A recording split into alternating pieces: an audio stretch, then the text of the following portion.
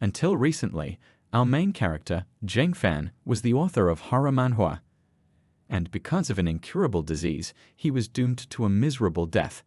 But he was reborn into the main character of his work, and he was having a good time in this world. He had something to eat and something to drink. He was surrounded by beauties, but in this world, dangers await him from all sides.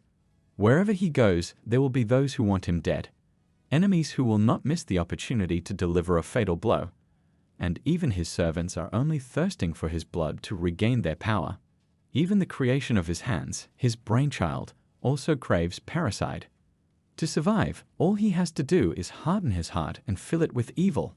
He would eventually become a legendary demon king, His Majesty Lucifer. In the Manhua Demonic Pill studio, all the employees were gathered. They spoke via video link with the founder and main author of their brainchild, Zheng Fan. He could not attend in person because he was in the hospital in an extremely serious condition. Before speaking, our hero coughed and then said that he was glad to welcome everyone. His weakened voice echoed off the walls, which were decorated with posters of the main characters of his work. Zheng Fan apologized for bringing everyone here today and for not listening to his staff from the very beginning. Otherwise, they wouldn't have had to part ways. Now all they have to do is say goodbye to their readers. Fan went on to say that he was really glad that he was able to create so many stories and characters together with everyone else. He wished the others good luck in everything, good health, and that he would miss everyone. When Zheng Fan finished speaking, he hung up. His fingers gently traced the cover of the latest volume of his manhwa.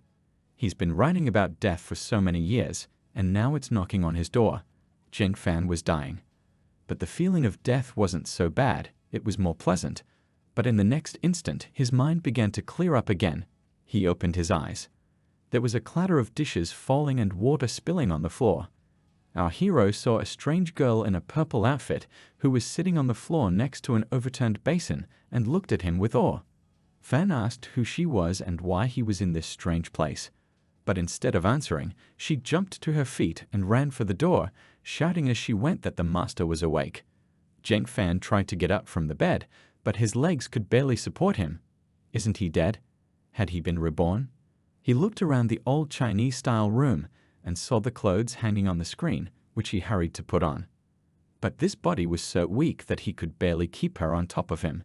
But unlike his previous deceased body, at least the new one was capable of recovery. Before he could look around, the paper door slid open. To his shock, Zheng Fan recognized the heroine of his manhua, Feng Xinying. Where did it come from here? Before he could think about it, the girl jumped on him, hugging him tightly, muttering hotly and loudly that his submissive slave had been waiting for her master for half a year. Our hero gently pushed the girl away from him, to which she immediately apologized for forgetting about etiquette. Sun Yang knelt down, apologizing for her lack of restraint. She said that she couldn't believe her ears when the maid said that the master had finally woken up. This confused Zheng Fan, and he blushed. The girl got to her feet again, put her arms around his shoulder, and led him to the door, telling him how happy they would all be when they found out he was awake. Fan couldn't understand who she was talking about. The two of them walked out into the courtyard of the guest house. Feng Xinying led the dumbfounded Fan to the nearest open door. Our hero stared dumbfounded at another character of his work, the vampire Emin. Was it real? He seemed to ignore Sun Yang's cheers as he poured himself a glass of wine directly from the barrel. She was outraged by such impudence. How can this guy allow himself to be so disrespectful to Mr. Zheng? Emin chuckled, but walked toward them, paying his respects to his master. The girl dragged her master in the other direction, grumbling at Emin, who was following behind, that he was stupid and not well-mannered, and it was absolutely not worth listening to him. Fan Lai, a huge woodcutter like a mountain, came out to meet them, and Xu-san, a shaggy dwarf with a mouth full of sharp teeth, was sitting comfortably on his shoulder. This confirmed Zheng Fan's guess that he didn't come to this world alone. There was another voice behind them, which suggested that, judging by the activity, dinner would be served earlier. The voice belonged to Blind Bai, and next to it, Fan saw Liang Cheng's zombie. It seems that in the end our hero was accompanied by the heroes of his work, the Demon Kings. So, our hero Zheng Fan was until recently the author of horror manhua, And who could have imagined that after death from an incurable disease, he would continue to live in the world where he got with the characters of his work? Dinner was served, and everyone was gathered around the same table. Feng Sumyang raised a toast to the returning master. According to her, they now had someone to follow. Hearing this address again, Fan wondered what kind of roles they were playing. With these thoughts, he asked the people present what they had been doing for half a year since they came down to this world. Did you just earn money for a living? For some reason, this innocent question made everyone at the table look gloomy. Blind Man Bai placed the cup of alcohol on the table and reported that not only was Mr. Zhang in oblivion, but the others had also become ordinary people. This greatly surprised our hero. Who would have thought that those very demon kings from Manhua who could make a bloody mess in an instant would suddenly become ordinary people? However, then it was not surprising that they had to spend so much time in this guest farmstead. However, even though they called Zheng Fan master, he was completely unprepared to lead the demon kings in their full glory. Then he remembered the demonic pill. This was the only character that Zheng Fan had completely designed himself, so he really wanted to see it. If the pill was also here, he would be extremely happy. Feng Xinying asked her to wait for a while and then left. A few minutes later, she returned with a carved wooden box and handed it to Mr. Zhang. Inside was an unusually shaped blue stone with hieroglyphs carved on it. She explained that since the demon pill didn't have a physical shell, he didn't need to eat or drink, so he sealed himself in the stone. After lunch, Zheng Fan returned to his room and lay down on the bed, looking at the stone from the box. He couldn't understand why the demonic pill was still sleeping. Okay, so he was still unconscious, but now Fan is here. And isn't he ashamed? But I didn't get an answer to my question. Fan wasn't surprised though. It is not for these demons to crawl at the feet of a common man. It was enough that Feng Xinying and Xui-san pretended to be his servants. With that thought in mind, he placed the rock on his pillow. At that moment, the sound of broken glass rang out on the street. Our hero looked out and saw that Emin had broken a jug of wine and cut himself with shards of glass. The woodcutter Fan Lai offered to bind up his arm, but he refused because he was a vampire. Li reminded him that he was now a mere mortal. At the urgent offer of help, the vampire snapped back that he would regain his power faster than anyone else. He only needed 3 days. Knowing that he couldn't convince the stubborn man, Li carried the new pitcher into the living room. Zheng Fan, on the other hand, went to see Emin and asked him to talk to him. But to all the questions of the creator, he could only answer that he knew nothing, and apart from wine, he was not interested in anything. He advised me to speak to the blind man, who sat at the gate all day. Fan couldn't understand how these guys didn't try to gather information about the other world when they arrived, because all players know that the most important thing in the beginning is to scout the area, especially when it comes to rebirth. To which Emin replied that it was not necessary while Mr. Zheng was unconscious. This logic surprised our hero. Does everyone really want to blame him?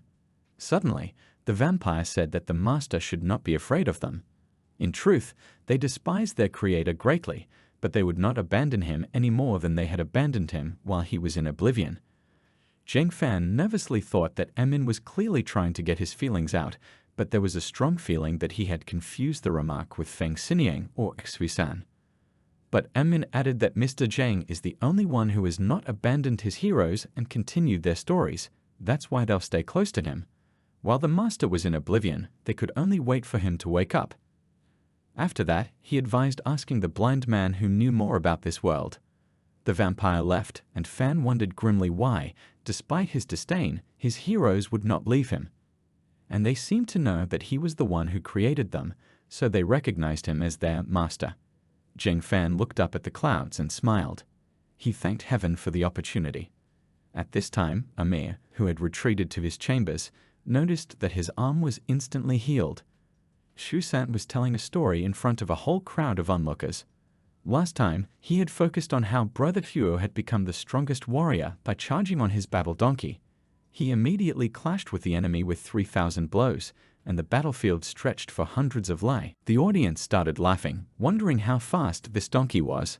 At the very end of the hall, Zheng Fan was surprised that Xu-san, who likes to cut people off piece by piece, had become a simple storyteller. If his readers found out about it, I can't imagine what they would do to him. Then, out of the corner of his eye, he noticed a plump man holding a plainly dressed girl close to him and started to think. After all, in his work, Feng Xinying opened brothels in all cities and worlds, wherever she was. Fan was afraid that this one would be the most neglected. Is this world really ordinary? In the end, he addressed the question to Blind Ba when Sanya came out to the gate after the performance. Bai confirmed Mr. Zhen's guess. Unless the strength of the local government was clearly weak, but all the people he met in half a year were ordinary people. Suddenly, our hero noticed an extremely strange horse, partially covered with turquoise feathers. He asked his interlocutor if there are such animals in the ordinary world. Bai pointed out that he was blind. As night fell on the inn, Zheng Fan gathered all of his heroes in the living room. He had already learned the blind man's opinion of the world, and now he wanted to hear the others' thoughts. Feng Xinying replied that it didn't matter what they thought of him. They wanted to know what his next move would be. When this inn was opened, they agreed that when the master wakes up, he will personally choose the name. Previously, they had the options of Goodness Inn or Dragon Gate Inn. Sun Yang clarified what His Highness thought. In response, Fan wondered aloud whether they should sit back and wait for death or take their fate into their own hands. But since everyone here had gone through death, the second option was definitely preferable. Feng Xinying tried to suggest that Mr. Zhang should think again, but Mr. Zhang interrupted her. In the past, he loved anything scary because it inspired him. What a pity that only through drawing he was able to feel this atmosphere for himself. But in this world, Zheng Fan only had his heroes. For him, living in this world every day is a huge acquisition in itself. Therefore, instead of choosing a calm and measured life, it is better for him to rush towards adventure. Zheng Fan knew that if he lost, the game would be over. But since it's up to him to decide his future, he wants to choose something that he won't regret in the future. Blind Man Bai heard his master and immediately gave orders. He told Sui-san to go to the county council. Anlai was supposed to track down the caravan, infiltrate it, and find out if there was a suitable location for them. Bai added that the daughter of the chief of the city guard suffers from infertility, and when she was here, the blind man saw her fate. In the evening, he sent her a water supply.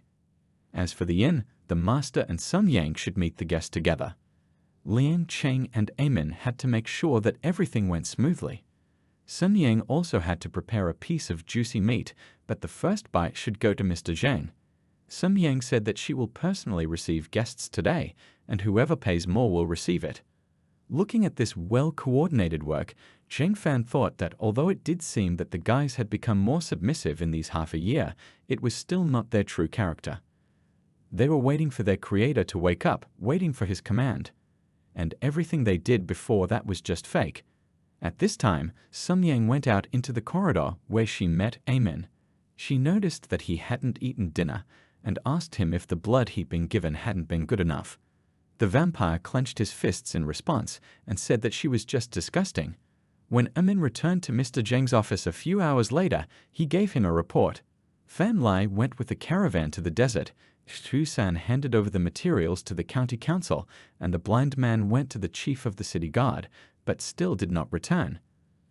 Our hero asked if there was anything he could do to help, to which Amin replied that he had already helped them a lot. Fan understood in his own way. His help lies in the fact that he does not get in their way. Amin continued his report.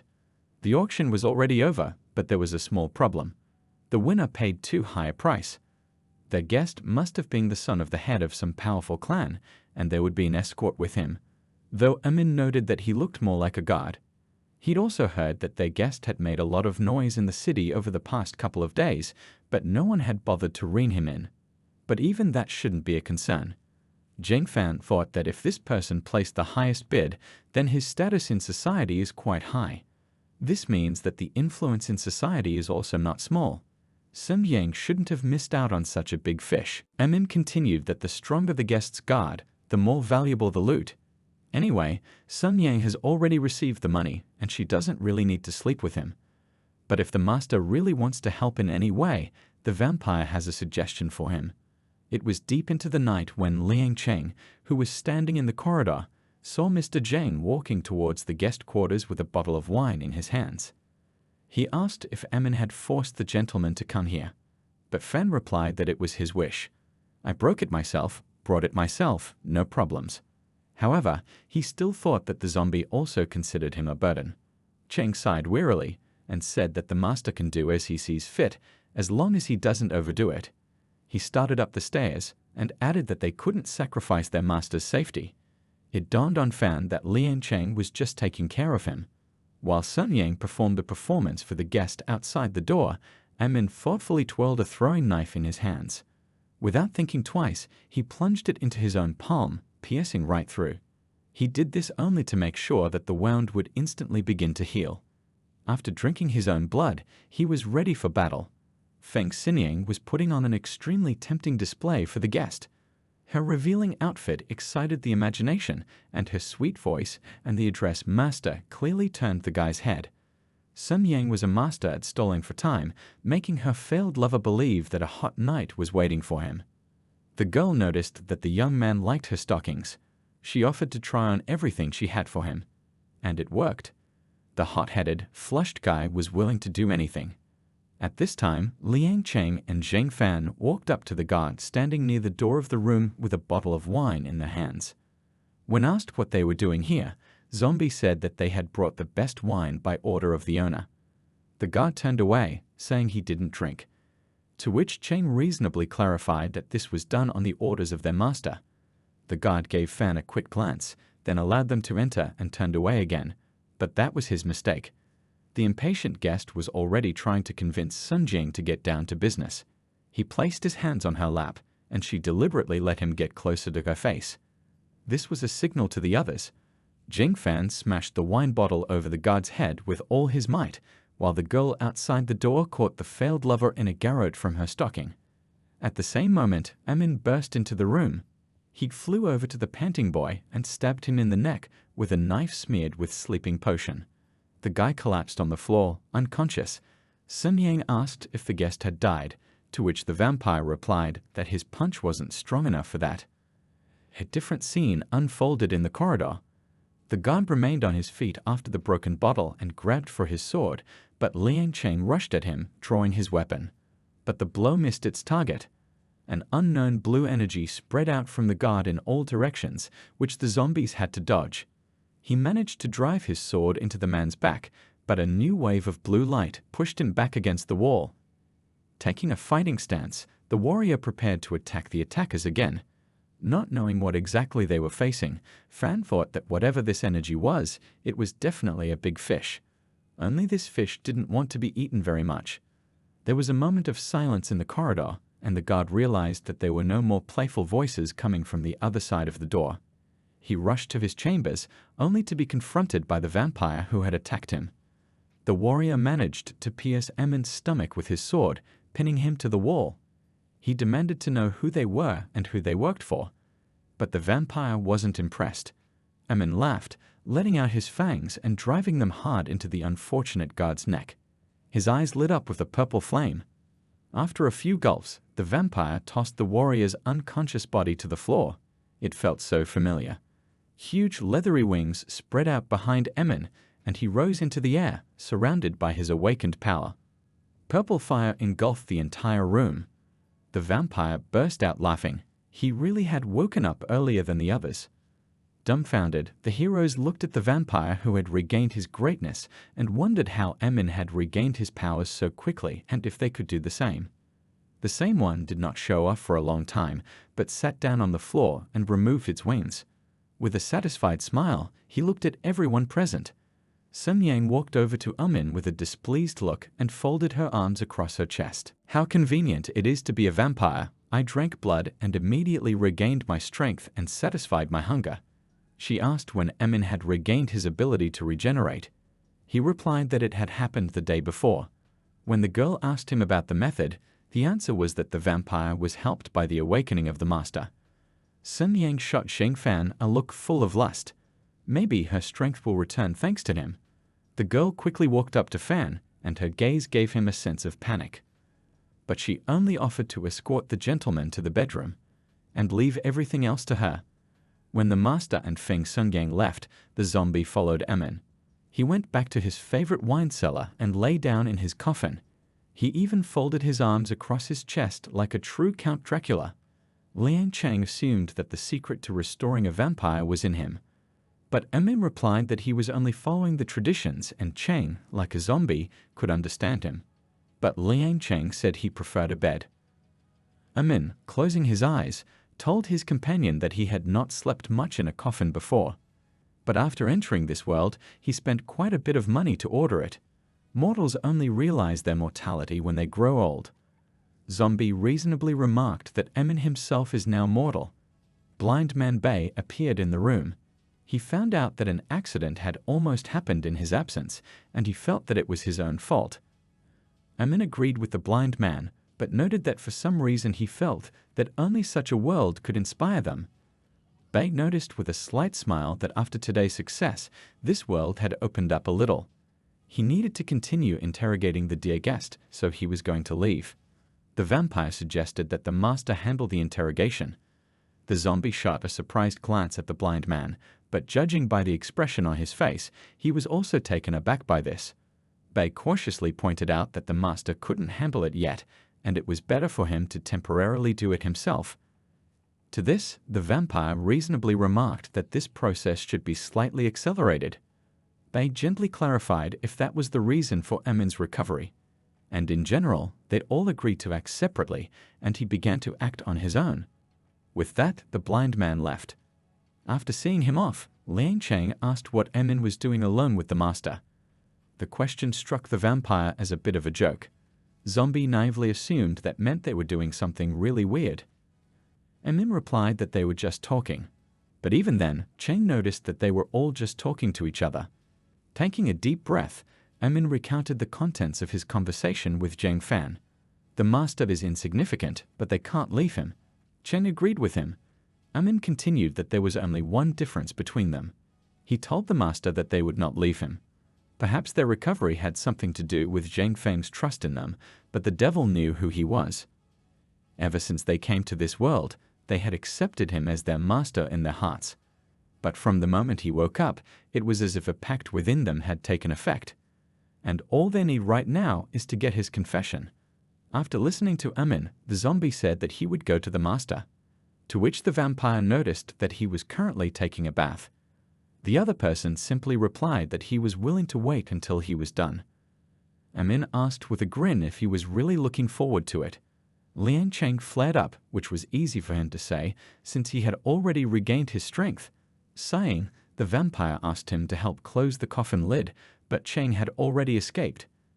At this time, our hero really sat in the bathroom and thought about everything that he had experienced during the day. Who would have thought that this was the first time they would kill a person, and this was the first time he would see such a thing in person? And yet, there wasn't a drop of guilt on his soul.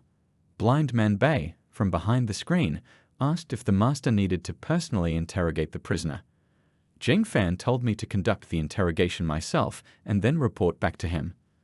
Bai promised to notify Mr. Zheng as soon as they received any information. Xu San, who was already spinning around, asked the master not to worry, since that guy didn't look like a tough nut to crack. But if he is stupid, he has an interesting method of interrogation. After they left, Fan thought about the situation again. This world doesn't care if you're moral or not, righteous or not. The most important thing was that his heroes were devoted to him without reserve. Covering his eyes with a wet towel, Fan relaxed, but at the last moment the thought flashed through his mind that maybe he was just like this on his own. 3 hours later, Zheng Fan woke up in a cold bathroom. It wasn't very pleasant. He got out of the water and dried himself with a towel. As he started to get dressed, Fan noticed that the most obvious change in the world was his improved sleep. Suddenly, a sepulchral voice rang out over my shoulder. Zheng Fan jumped out of the way, barely holding back a cry of fright, but there was only Liang Cheng standing behind him. His chest was bandaged. Trying not to show it, Fan asked if the interrogation was over, even though he had almost had a stroke from fright. Anyway, Cheng was a real zombie. Zheng Fan asked him how he felt after being injured. The zombie replied that it was just a scratch. Then the gentleman asked what he needed in the bathroom. The zombie didn't know what to say. Sighing, our hero put his hand on his friend's shoulder and said that he could safely say whatever he wanted, although Fan himself knew that he was not capable of anything right now. But he can still listen. Liang Cheng then took the master by the shoulder in return and asked him not to go to such matters with them next time. Not understanding what it was that made him want to spend the night on sincerity, Fan replied that he understood and trusted them. Then he added that he should go find out the results of the interrogation, and Cheng should take care of himself now. With that, he left, and the zombie remained standing with his arm outstretched. Cheng then sank to the floor, covering his face with his hands. He was extremely ashamed of his behavior. But before Liang Cheng could fully comprehend it, his power shot out in crimson flashes, repairing the wound under the bandage. Blind Man Bei joined Jing Fan at breakfast to tell him the results of the interrogation. They were served a whole bowl of delicious miso soup with fresh seaweed. The blind man began his story by saying that this world is different from the usual one, but we can say that it is much more interesting. Fan asked him to start talking business, but the blind man noticed that although he would move slowly, from point to point, the entire conversation would be extremely informative. The place where they were currently located is called Hudo City, and it includes a large area. This city belongs to the Baifeng County of the Yan Kingdom, which is almost like a province. Besides Baifeng County, there are 6 other counties in the Yan Kingdom, and the capital is located in Tianjin County. Baifeng County was the northern border of the Yan Kingdom, where the kingdom's wars with bandits were fought 100 years ago. In the past 100 years, there hasn't been a war between both sides of more than 10,000 people. On the one hand, it's because the bandits are divided and can't unite, and on the other hand, it's because of southern Yan. In addition, the 3 kingdoms of Quan, Chu, and Jin were grinning like tigers looking for their prey, and Yang had to shift his attention to the central plains. With the exception of small vassal countries, this world is currently under the control of Yan, Jin, Chu, and Quan. Jing Fan clarified whether there were really only 4 realms in this world. The blind man nodded, then added that there was something else interesting. There are monks, magic, kai, and martial artists in this world. All of them are evaluated on a 9-point scale, where 9 is the lowest score and 1 is the highest. The security guard that the master killed yesterday doesn't even fit into this scale. Fan thought that although he often read about such things, but after personal experience, he was still shocked. He was feeling really excited now. Bei interrupted his thoughts by saying that they were now faced with the task of finding a way back, but Mr. Zheng replied that it could wait for now. With burning eyes, Fan asked the blind man to tell him more about his plans. With a small smile, Bei began to explain his plan by saying that the first thing they needed to do was build up their forces in Hudo City as a core. It took hours to describe the plan. The plates were empty, and the soup in the bowl was gone. The blind man suggested that the master correct him if something was wrong, but Fan had nothing to add. Bei did an excellent job of planning, whereupon the blind man remarked on the wisdom of the master. Jing Fan thought that this was blatant flattery, but he said out loud that if there was anything he could do to help, he should say it right away. But Bei gently interrupted him, saying that a subordinate only needed the master's trust. These words caused Fan's confusion again. He tried to convince Bei that he trusted him, but Bei didn't agree with him, exactly until the last piece of seaweed from Fan's bowl flew into his bowl. Blind Man Bei thanked the master for his trust as he popped a piece into his mouth. Jing Fan didn't notice any changes and wondered if he should keep his distance from Blind Man Bei. But he only smiled enigmatically and said that this was the end of the meal. Only he himself felt his strength return to him. After breakfast, Jing Fan decided to take a walk in the courtyard, but the sound of bangs caught his attention. The source of the sound was Xu San, who was busy making something. Fan walked over to him and saw that he was making a topographic map. San heard the gentleman and noticed that he had a sharp eye. Blind Bei told the dwarf to make this map, so now he was sketching. For the next stage, it is important for us to gain a firm foothold in the city of Futo and build a strategic topographic map for convenience. Jing Fan handed the hammer to San, watching him work hard. He was so encouraged by this that he squeezed the dwarf's shoulder and praised him for his diligence. Then he went off to check on what the others were doing, but as soon as he came out, Xu San felt a chill. Coughing, he got to his feet, but in the next instant he lost his footing and started to fall, but his back never hit the floor. Twisting in midair, he kept his balance with just one finger.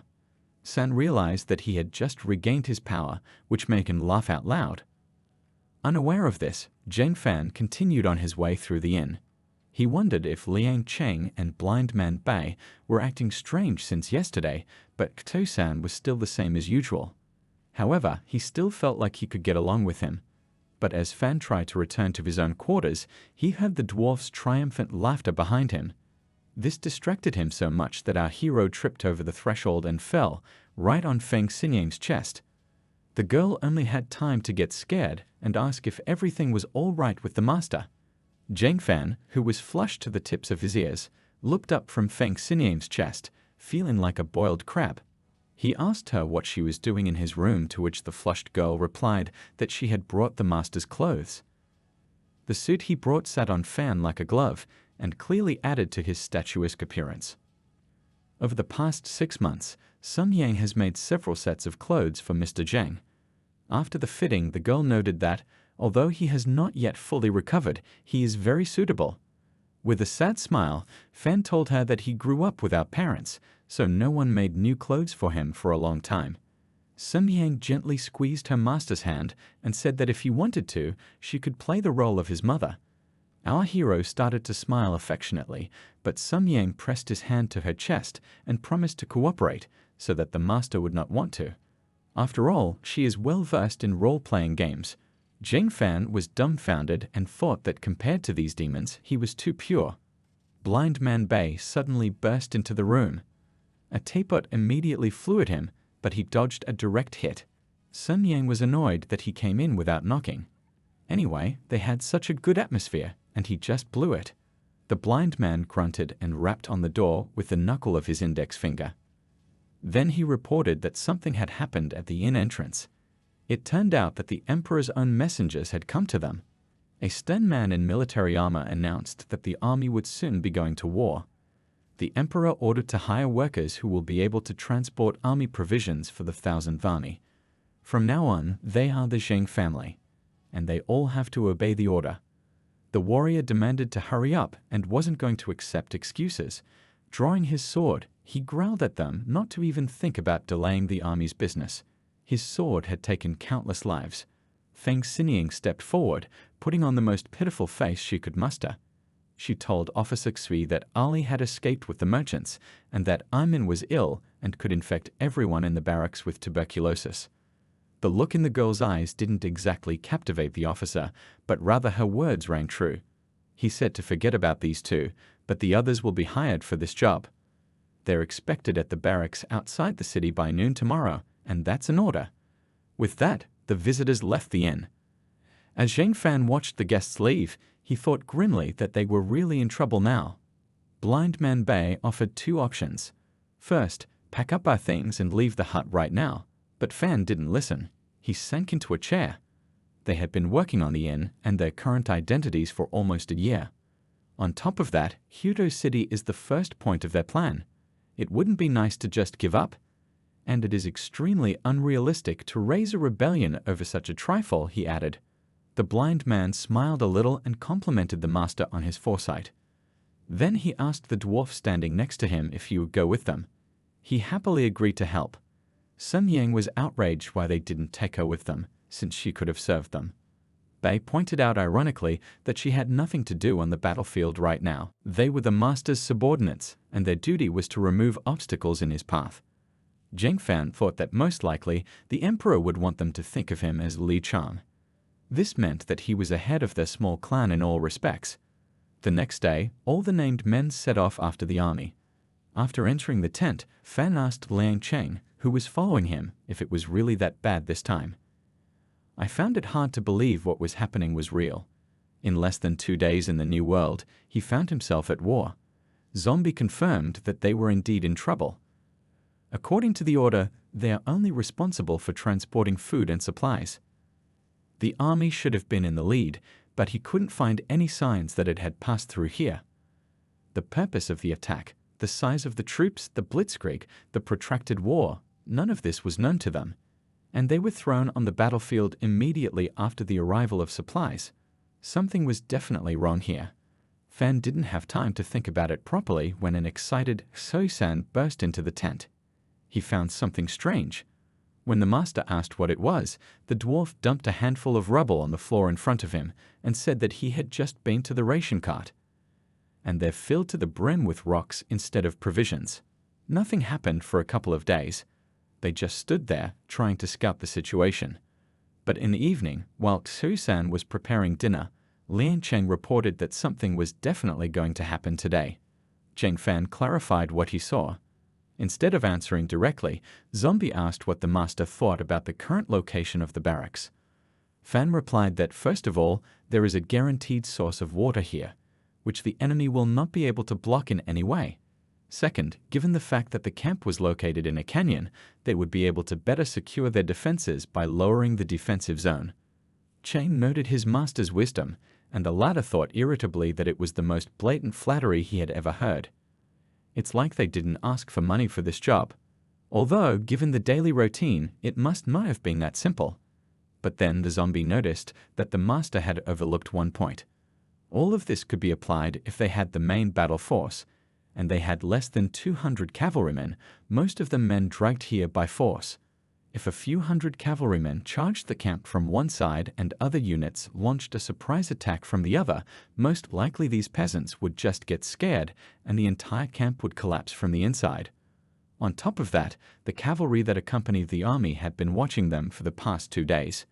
Liang Cheng's monologue was interrupted by Xu-san, who had finished making soup and was now calling everyone to eat. As Fan picked up the bowl, he deduced that they were going to be used as bait for the hike. Zheng Fan thought that there was no point in informing the higher-ranking army officers or revealing the information to the peasants who were sent with them. Now they must protect themselves, and if the conditions allow, he will not mind taking advantage of the current situation. Night fell on the camp. Only a lone sentry yawned as he walked between the tents, his spear slung over his shoulder. But a shadow darted toward him from the trees. The men didn't even have time to think about it, as he already fell dead with his throat cut. The bone-masked bandits immediately scattered to their tents to kill the sleeping enemies. One of them broke into the tent of our heroes. But then Liang Cheng was caught. He grabbed the intruder by the throat, and the man wheezed before his neck was broken. This attracted the attention of the bandits closest to the tent, but in the next moment they fell dead to the ground. Their necks were hit by the blades of Sui-san, who jumped out of the darkness. Cheng came out of the tent, dragging the body of the fallen bandit with him. Time to chop heads. A glowing arrow shot out of the trees and into the sky. This seemed unexpected. A whole cavalry of unkempt warriors was approaching the camp. The one whose horse was flying at the head of the column shouted that everyone should be killed and no prisoners should be taken. Fan suddenly remembered that they were the ones Blind Bai had called barbarians. Liang Cheng asked in surprise how the master knew them.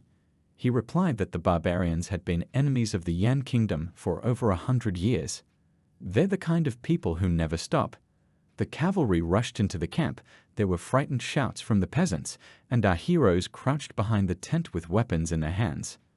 Fan finally realized that they really were bait. But since the fish is hooked, the net should soon appear. Shu-san suggested that we just abandon all this chaos and run away, because it was dangerous here. But Zheng Fan remembered that barbarian heads were rewarded with gold and military merit. A look of triumph crossed the dwarf's face. Their master had a truly sinister heart. Their hideout was discovered. One of the mounted barbarians steered his horse straight at our heroes. The zombie rushed to the master's defense, and San jumped out to intercept the rider. He leaped over the barbarian. The two swords snapped like big scissors. The barbarian's momentum drove him forward, but blood spurted from his throat. Wheezing, he fell on the horse's neck. The terrified animal continued to run straight at Liang Cheng, but he used his magic attack to force it to stop and throw the rider off. His scarlet magic created replicas of his fists, and they slammed into the horse's muzzle and side. The zombie grabbed the opponent by the throat and made a sign to Zheng Fan. He drew his sword and slashed at the barbarian's neck with all his might to finish him off. Blood splattered his weapon and face. Fan straightened up, wiping away the thick red liquid, but he accidentally tasted a few drops. He was surprised, but the blood tasted a little sweet. Jane Fan dropped the bloody blade, staggered back, and stared at his hands. This is the first time he's ever killed someone. But this feeling didn't seem so bad to him. A sinister grin crossed his face. Shu San handed the master a piece of water so that he could refresh himself. He said enthusiastically that the first murder was the hardest to bear. But when the master gets used to it, he will be able to appreciate how much fun it is. Fan poured the water directly on his head to cool down and wash the blood off his face. He thought that the wolf would not allow the sheep to be the leader of the pack. If he didn't change their attitude, he needed to make them think that he also ate meat. You need to make sure that no one doubts that he is also a real wolf. With that thought in mind, he picked up the sword from the ground and reported that it was fine. Just then, the Yen Kingdom's army appeared on the battlefield. The barbarians turned their attention to them, charging in. Their leader shouted that they should kill all of them, putting aside their fear. The two armies clashed with each other in the middle of the camp. Shu San frowned and asked who the general thought he was. He ruthlessly took advantage of the lives of ordinary people to lure the turtle into the jar. Liang Cheng pointed out that it wouldn't be easy to deal with the cavalry. There was a whistle, and a spear flew towards our heroes. San and Cheng managed to throw themselves to the ground, dragging Jing Fan with them. The weapon thundered into the cart behind them. From the looks of it, it was also enhanced by Kai energy. As the dust settled, they saw a barbarian throw a spear at them. Sparks of the magic he had used were flying around him. Liang Cheng drew his sword and charged at the opponent. A battle ensued. Metal rang, and the shouts of the combatants rang out. Jing Fan told San to help the zombie while he found shelter.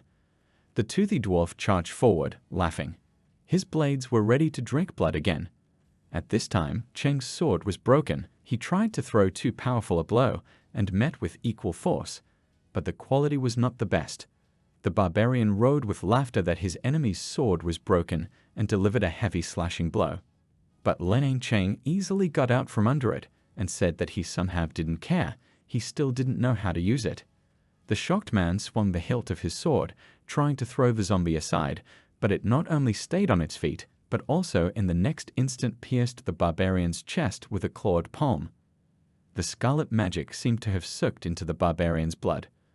Zombie added aloud that he preferred to use his claws, but the attempt to strike again failed. An arrow flew from the side and pierced the hand that was about to deliver a fatal blow. Taking advantage of his opponent's confusion, the barbarian kicked Liang Cheng away from him, bringing his back down on the broken cart. The archer shouted at Ali Gu to be careful. There was clearly something wrong with his opponent. His arrows are easily able to pierce through an ordinary person.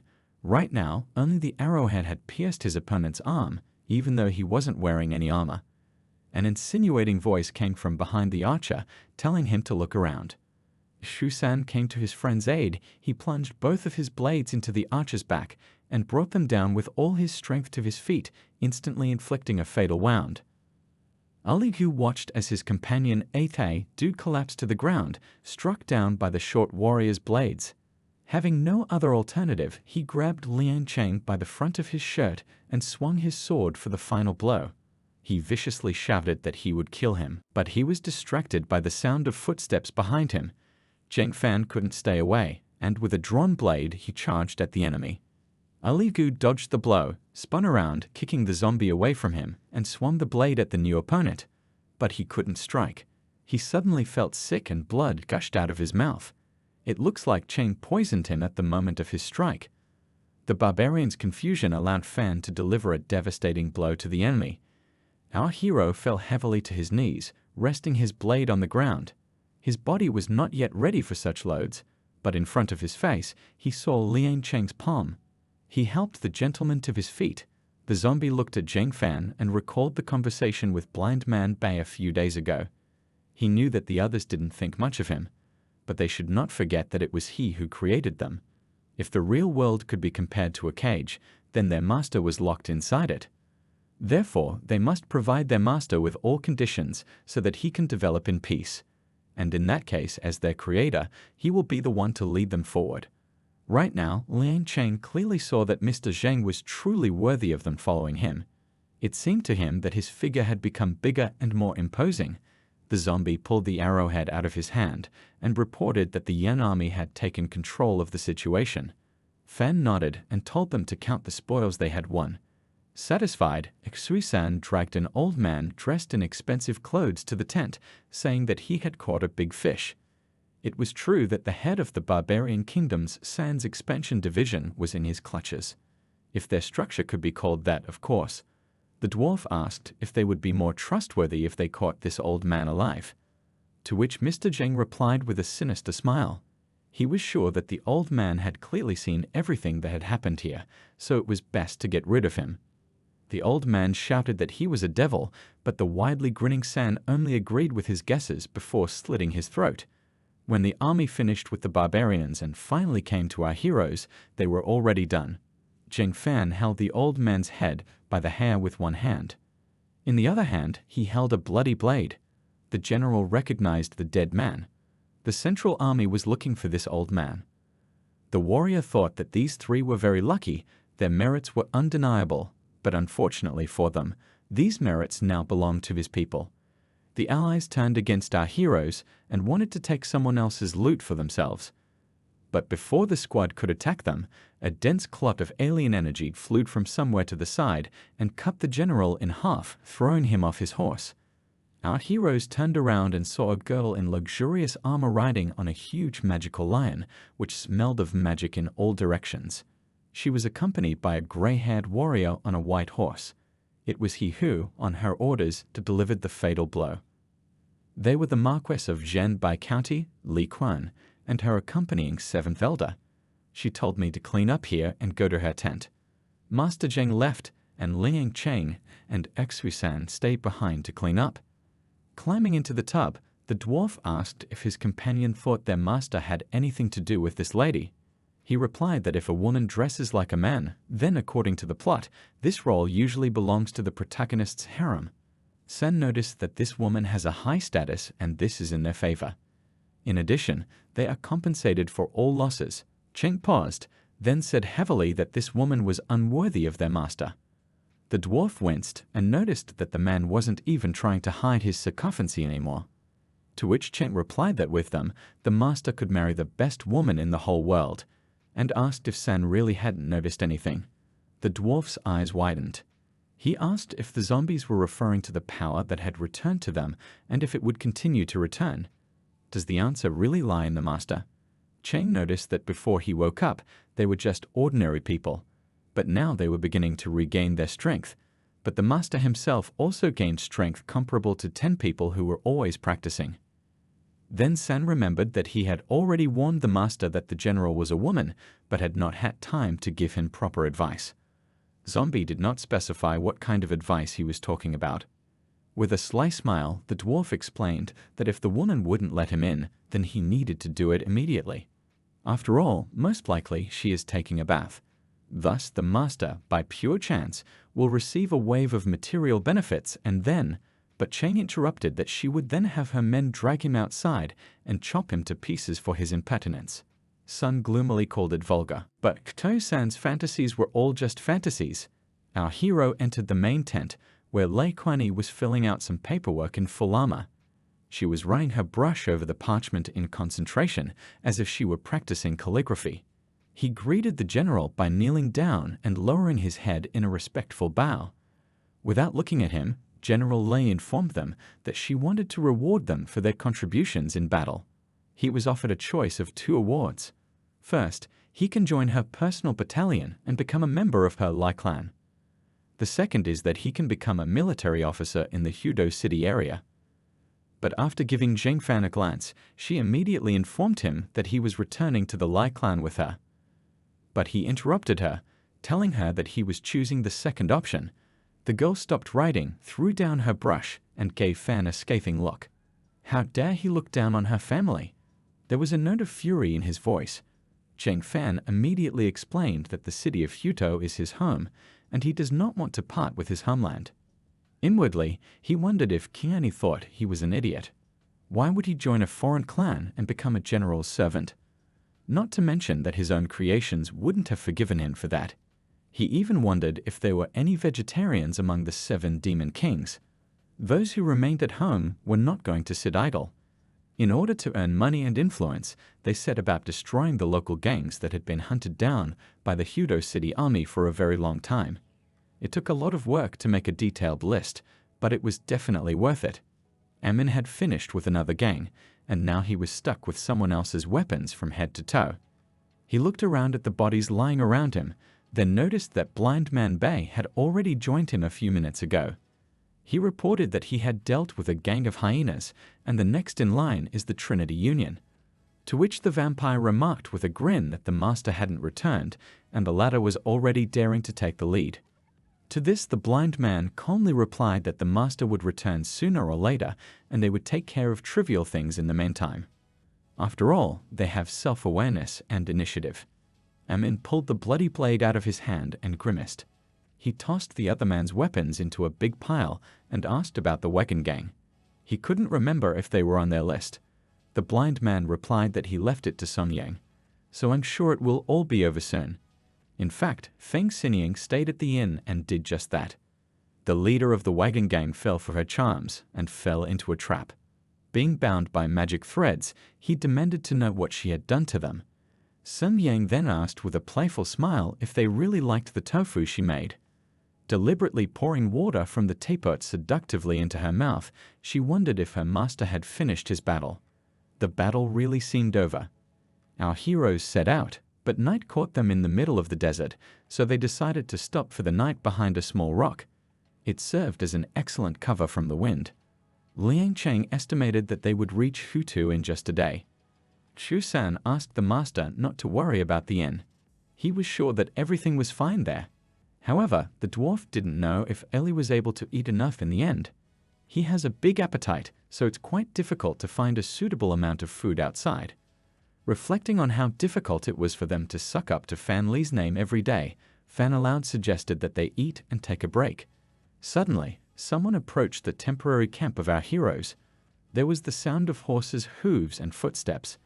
Our heroes grabbed their weapons, and Cheng and San blocked their master with their backs. A girl in barbarian robes was approaching them, accompanied by 2 tall barbarians and 2 other small children. According to her, she was going to borrow such a convenient shelter from the wind. It was impossible to make out the expression on the stranger's face. It was almost completely hidden by a semi-transparent veil. At first, the group of barbarians didn't show any hostility. They built their own fire a little away from our heroes, put the children to bed, and sat down to dinner.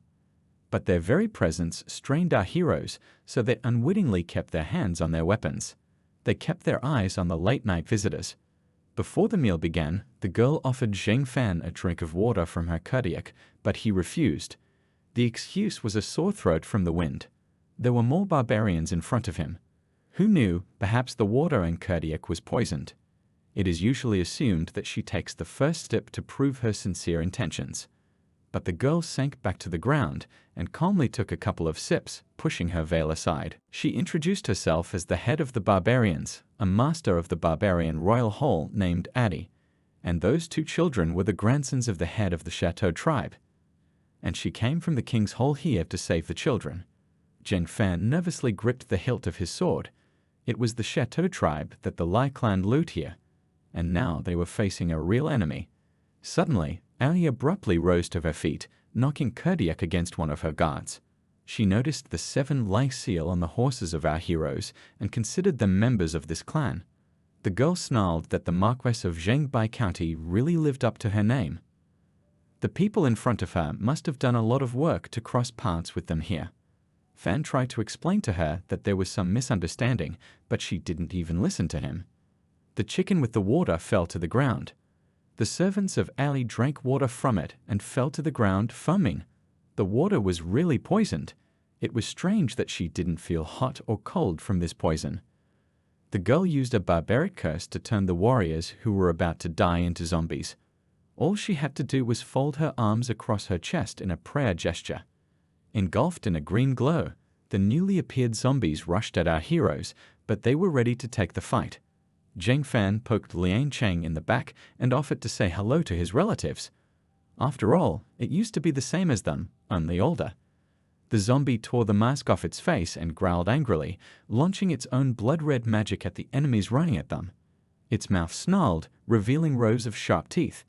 Now it was obvious that his lips were missing, which added to the horror of his naked grin.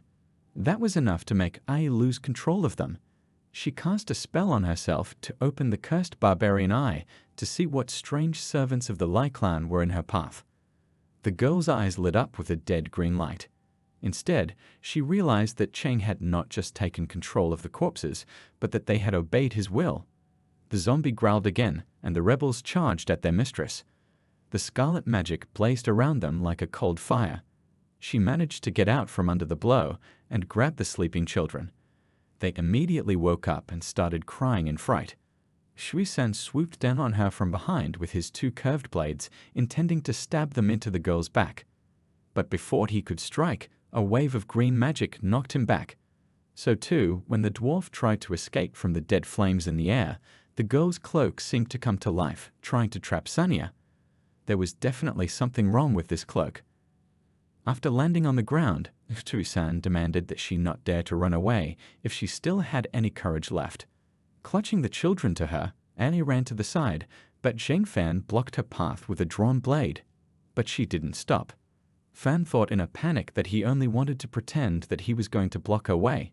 He didn't expect her to rush towards him right away.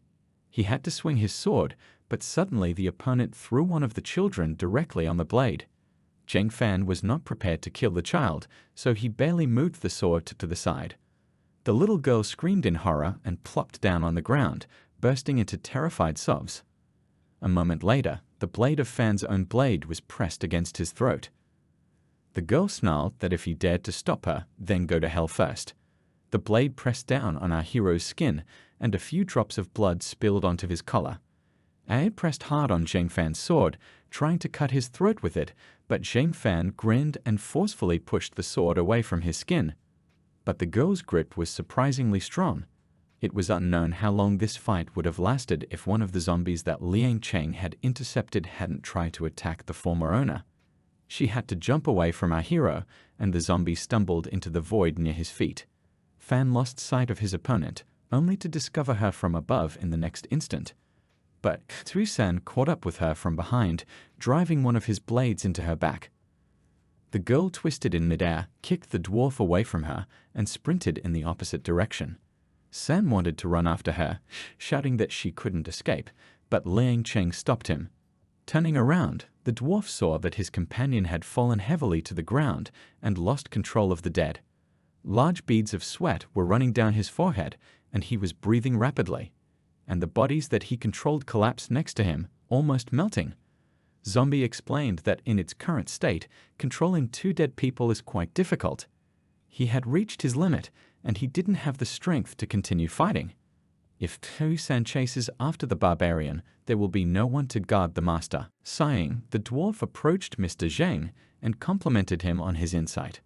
After all, he was able to predict the situation on the battlefield and outrun their opponent.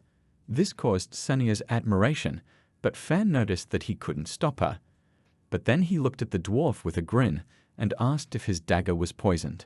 San returned the smirk to his master, telling him that he liked how cruel their master was. Well, the dagger was indeed poisoned. Annie made sure of this after walking a few hundred meters away from the camp. She dropped heavily to her knees in the sand, knocking the boy who was still with her down on the sand beside her. The blood wouldn't stop, and my eyes were blurred with sweat.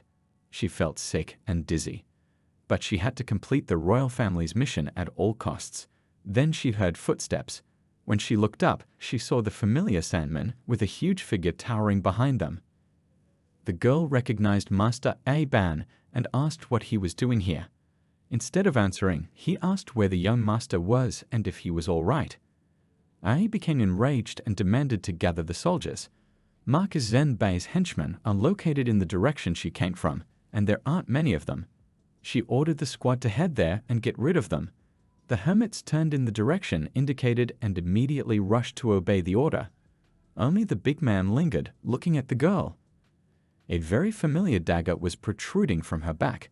He loomed over her like a silent, menacing shadow. I rudely asked what he was staring at. He threw off his mask and reached for his axe, saying that he was looking at her. Unfortunately, the barbarian girl was unlucky enough to run into the woodcutter Fan Lei, who recognized the hilt of Suisan's dagger. In the dead of night, the woodcutter was reunited with his friends. After giving him some water, Zheng Fan asked him how he recognized the dagger. Li replied that the dwarf had sharpened his blades so often in the last 6 months that the dwarf had unwittingly learned them. When asked if he had killed the woman, he nodded.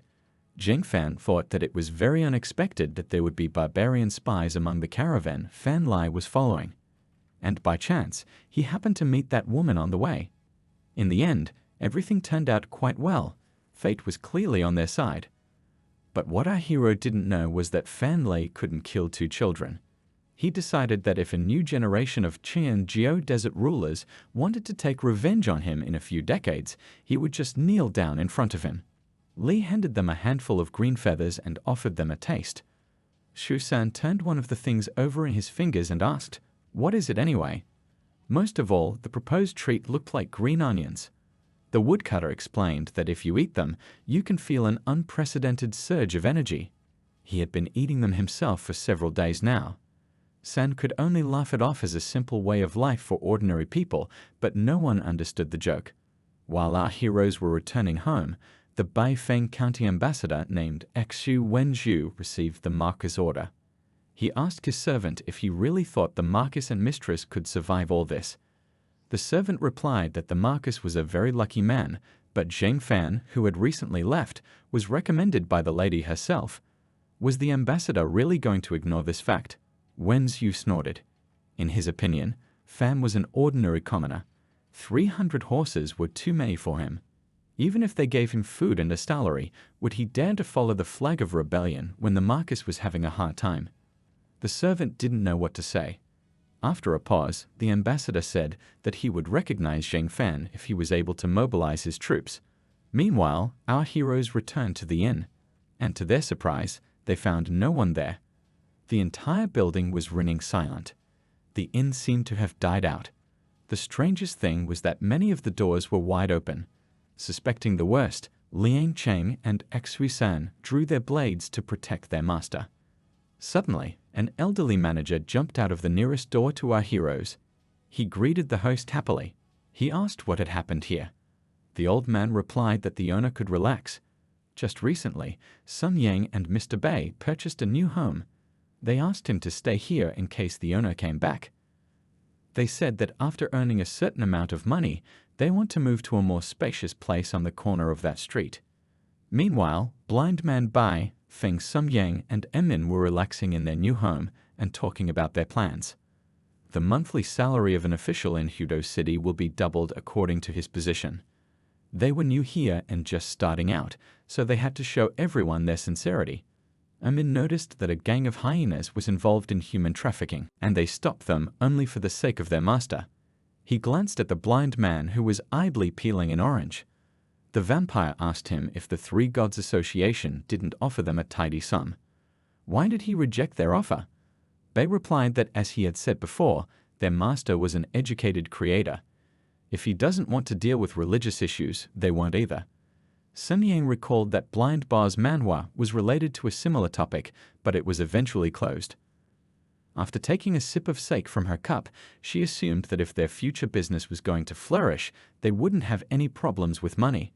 They had already worked together for a long time. Wouldn't it be easier for them to earn money by creating soaps? But no one had time to answer her. The maid rushed into the living room and happily announced that the master had returned. Everyone who left is back. Sun Yang beamed happily. Immediately upon arrival, the best possible bath was arranged for Zheng Fan. 3 beautiful girls helped him bathe at once, which made it even more pleasant to relax in the hot water. The others sat down to eat at the same time. Sun Yang reported to Blind Bar that, just as he had instructed, she had arranged for the best bathroom for her master. Emin asked skeptically if they thought it was too much. Do they really think that the master won't decide to interfere? The blind man smiled back and remarked that they still had to wait for his decision. Shu San noticed with a relaxed expression that the attempts to seduce their master were frankly low. While Liang Cheng was trying to understand what the others were saying in principle, Fan Lai was enjoying a home-cooked meal that he hadn't seen in days. The blind man replied that the master should always be able to reap the benefits of their development. Now that their conditions are even better, we have to give him a chance to make a choice again. Amin rudely demanded that the blind man stop pulling. He expressed confidence that if the master didn't like it, Bei would cry. Zheng Fan finally appeared at the door. He expressed the hope that everyone was already full and drunk, which means that they will finally be able to move on to common plans. But before that, it was necessary to exchange news. Xu San began to talk enthusiastically about how brave their master was on the battlefield. He told me in great detail about the first murder of the master, about how he ordered the killing of an old man who saw too much. He described in detail the encounter with the barbarian girl in the desert, how boldly her master had cut off her escape route. Only Sun Yang seemed to be listening to the dwarf. Amin sat with his eyes closed, as if dozing, but the girl was delighted. This was exactly what she expected from their master. While Stan was raving about his story, Zheng Fan studied the inn's papers and reports on the purged gangs. He had heard the whole story out of the corner of his ear, and he thought that with such sycophancy, it was no wonder that the kings of antiquity could easily pull various jokes. Blind Man Bei handed the master some more notebooks filled with writing. He also said that this morning, his subordinates wanted to organize a bandit group outside of Fudo City. The blind man did not expect that the gentleman would be able to get the recognition of the administration. This should have been good for them. It dawned on Fan that Blind Man Bai possessed spiritual detection. He must have realized that the man had almost fallen asleep while studying the reports. Zheng Fan should act like an emperor and fill the entire room with his presence. In an attempt to save face, Fan handed the papers back to Bei and said that he would leave all questions regarding how to use this group and how to develop it to him. The town of Fudo is our first stop. After that, they will begin to expand their area of influence. Liang Cheng noticed that they couldn't afford to waste the 300 horses that Fudo City had given them. Bei agreed with him. Their next goal was to address this issue. The most important factor was that the army belonged to the Yan Empire, but in reality was only loyal to them. San clarified that Bei wanted to say that she was loyal to their master. The blind man continued to issue instructions. He told Sum and Oli to integrate their old group. Since they were both back, Bei decided to leave it up to them. Xu San cheated and confirmed that they would leave tomorrow. From the look of satisfaction on his face, he was more than happy with the plan. Sun Yang was supposed to be training new girls. She could select the best of them for special training. Liang Cheng was told by Bei to train with his master before leaving for Yan'an. He also had to let his master give him some advice. Even if they are extremely simple, they should be useful to him. However, Fan immediately wondered what advice he could give to the living dead at all. The blind man finished his speech and asked for corrections. The man replied grimly that he had already said everything. He thought to himself that they were making his ego grow by leaps and bounds. But then Amin, who had woken up from his slumber, spoke up. He still hadn't received any assignment and was asking what about him. Blind Man Bai smiled lazily and replied that it would be the most important mission. The vampire didn't know how he'd forgotten about him, but he pointed out his blandness. Amin didn't know what to say. The blind man reported that it would take a large amount of money to feed 300 cavalry heads. When the vampire asked him what he needed to do, Bei said that he would need to pick up the soap. Amin stared at him blankly. In the backyard of the house at the end of the street, the sounds of sparring could be heard. Liang Cheng suggested that Zheng Fan finish this as it was already quite late. He readily agreed. For several hours he managed to get wet and could not recover his breath. My muscles were already beginning to ache. They'd practiced for 3 days, but it felt like he was being beaten up. Fortunately, Fan's physical strength had increased. As he watched the zombie towel off near the well, Fan asked if he was sure he didn't want to go swimming. Chen replied that he didn't like hot water, so the master could go alone. Fan walked towards the house, and Zombie listened to the conversation between Sun Yang and Emin, who had been watching the sparring earlier.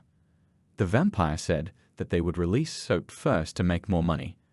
Then they planned to develop a perfume, and after that many more different products. The girl replied that it was either to play big or not to play at all. Only in this way will they be able to get the highest profit in a short period of time. Then she turned around and realized that the master had already left. Sun Yang screamed in fright, picked up the hem of her dress, and ran for the house. On the way, she argued with Emin that because of his chatter, she completely forgot to give the master a massage. The boys watched Sun Yang leave with tired eyes. Emin then turned to Liang Zhang and noticed that his aura had become stronger. He replied that this was not the case, and it was not about them. Emin thoughtfully continued the thought that it didn't seem to depend on their own efforts. He didn't think they'd get anywhere that way. It seemed to the vampire that they needed to come up with a different approach. But before he could think about it, he and Chen noticed a bar of soap lying on the ground. They stared at him for a moment, puzzled. While Zombie was lifting the bar, Emin said that he had only recently developed it and that he could use it. A voice behind him noticed with a grin that they were very close. Turning around, the boys saw Blind Bay. The vampire asked if everything was all right. He said that a meeting would be held in the pavilion that evening. Then he turned around and said that this was all news and they could continue what they were doing. He added mockingly that they were lucky he was blind and couldn't see anything. Amin and Liang Cheng watched the blind man go with grim eyes. Dusk descended on the mansion. Sun Yang, in the process of giving her master a massage, was outraged by the way Liang Cheng was bullying him. Is this zombie even familiar with the concept of delicacy? Fan then asked her not to think about it, as he was already relaxed. As she continued to stretch her master's back, Sun Yang asked worriedly if he should think of another way to train. But Zheng Fan said he doesn't see anything wrong with training his body yet. Sun Yang then suggested that Emin bite the master. Fan wondered if he should become a vampire. However, given his current state, the number of vampire calls is limited. Such an opportunity cannot be given to the first comer. When the master fell asleep, our heroes gathered in the pavilion. Blind Man Bei announced that the topic of today's meeting was cultivation. He suggested that Liang Cheng speak first, since he was the one who had been training master for the past couple of days. Zombie said that up to this point, the gentleman had no combat experience, he did not have any skills, and his reaction was rather slow. But the master's power is truly great. He had only woken up a month ago, and he didn't have time to fully recover. However, at the moment, his strength is comparable to an adult male practicing martial arts on a full-time basis.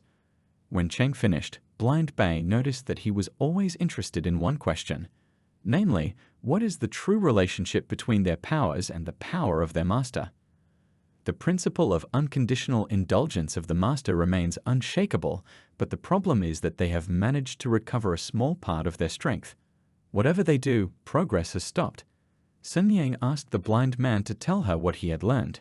He replied that his guess was that most likely their recovery rate was directly related to Mr. Zhang's strength. If you look at this situation from the point of view of an online game, they're just children. Of course, their level cannot exceed that of our master. Zombie thoughtfully drawled that in other words, it means that while the master is at the first level, their progress is also not progressing. Amin noticed that the master's cultivation speed only depends on himself. There is power in them, but is the master suppressing it? Blind Bei said he was right. All of a sudden, Fan Lei innocently asked that if she chopped up the master, the restriction would also be lifted. Everyone present stared at him in shock. Only the woodcutter had the idea. Woodcutter Fan Lei suggested that if they killed the master, the restriction on their strength would be lifted. The heroes present noticeably thought about this question. Liang Cheng coughed, drawing attention to himself. He picked up the jug and poured sake into the bowls, reminding them that when they were ordinary people, they had sworn that they would let Zheng Fan choose for them. Back then, they wanted to protect him. But now that they had regained some of their strength, they were insatiable. Chen was ashamed. He knew he wasn't the right person for this kind of thing. But now he suggested that we drink this wine and forget what was said here, as well as other bad thoughts. Everyone drank the alcohol in silence, as if expressing tacit agreement. After a pause, Blind Bei reminded everyone present that if a player dies, the creatures they summoned cannot continue to exist. Therefore, they can only become stronger by increasing their master's strength. But their cultivation methods are not suitable for Mr. Zhang, which meant they had to find him a teacher. Sun Yang asked the blind man if he had called them here to tell them that the only way we could connect with the master was by hiring him a teacher. Amin asked the blind man why he had not told them earlier. Shu San was indignant that this was humiliating, to which Bai laughed and said that, to be honest, he didn't expect Fan Lai to say it out loud.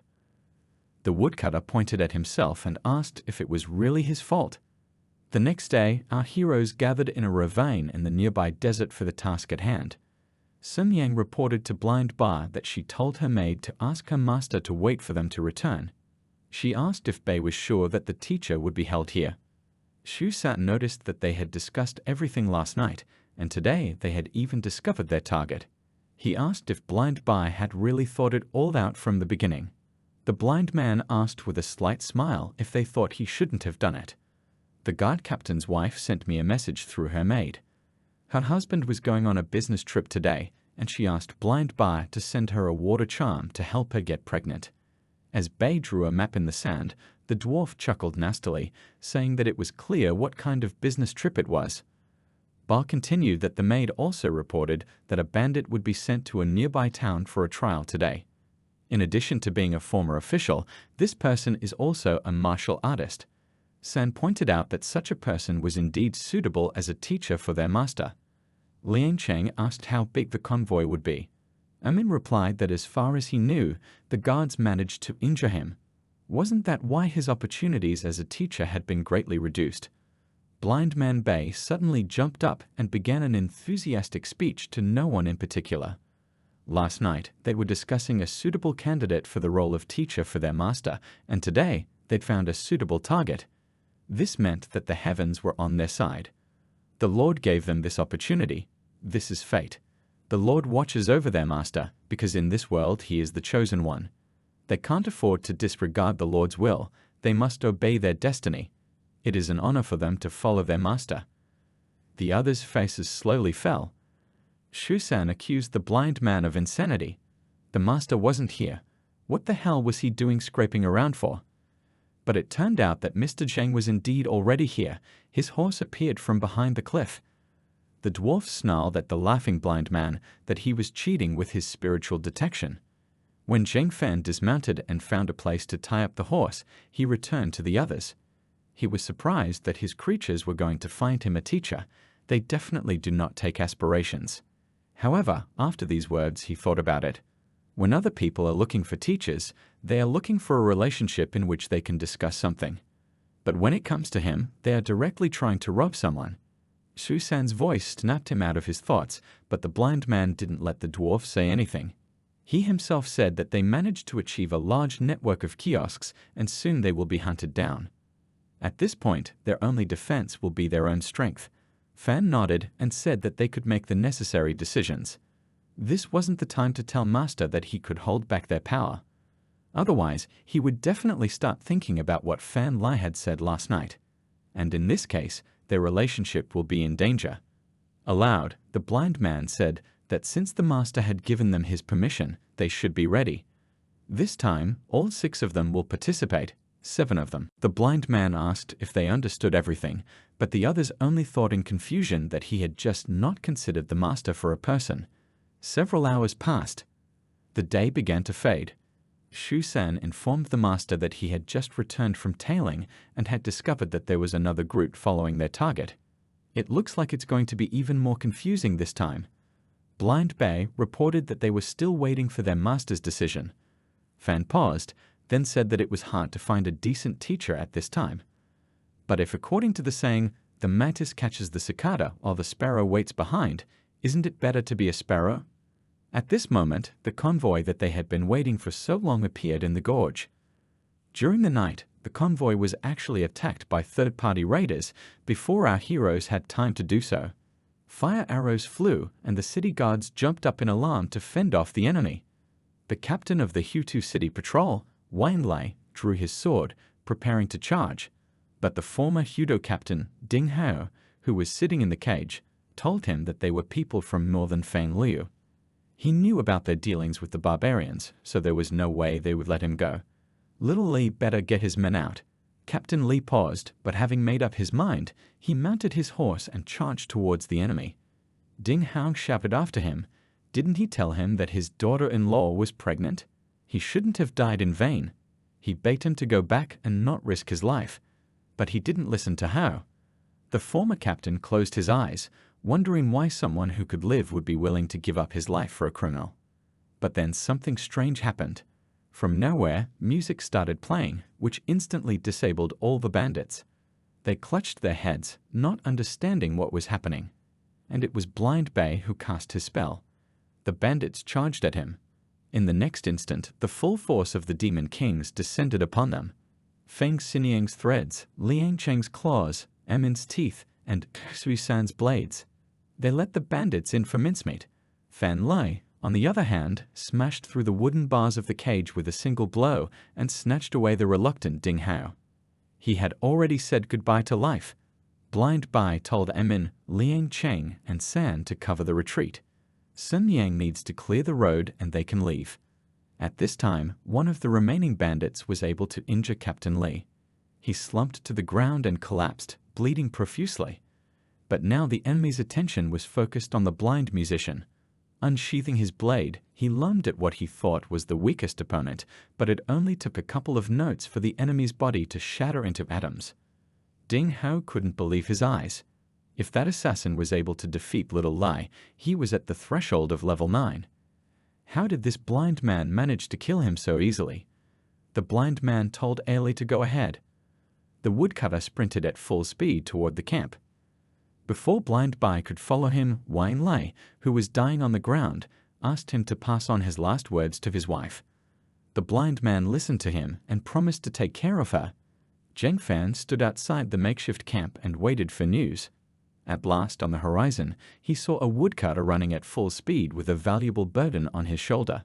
He told Fan Lei to stop and put the teacher on the horse, but the latter sped past without stopping. Apparently, he decided to carry Ding Hao to the city on his own 2 feet. Already in the dead of night, our heroes returned home. Blind Man Bei reported that it took him some time to get rid of the enemies. Fortunately, the teacher was unharmed. Ali sent him back first. Fan thanked him for his work and asked Ali to put the teacher down. Ba congratulated the master on the teacher's arrival. Fan let out a sigh of relief that he finally got his teacher back. But Xusan didn't share their enthusiasm. He shouted that things were bad. Ding Hao was knocked unconscious. The dwarf noticed that when Eli returned to the city, he seemed somewhat agitated. It looks like the teacher died. Our hero's face fell. Is this some kind of joke? The next day, the teacher did not come to his senses. Blind Man Bei and Zheng Fan gathered around him, deciding what to do. There was no pulse. Fan thought with annoyance that they had spent an entire day and the person they had brought back had been turned inside out. Is this some kind of joke? When asked about the patient's condition, Bei said that he is generally a psychiatrist. Although it sounded strange, the words of the blind man led our hero to one good idea. He said that he thought there was no hope. Ding Hao didn't have a pulse or a breath. The blind man nodded, getting to his feet. He offered to bury the dead man. However, he added that if they buried him, it would be a huge loss. I remember they have a beautiful flower garden in their backyard. He offered to chop it into pieces and make fertilizer out of them.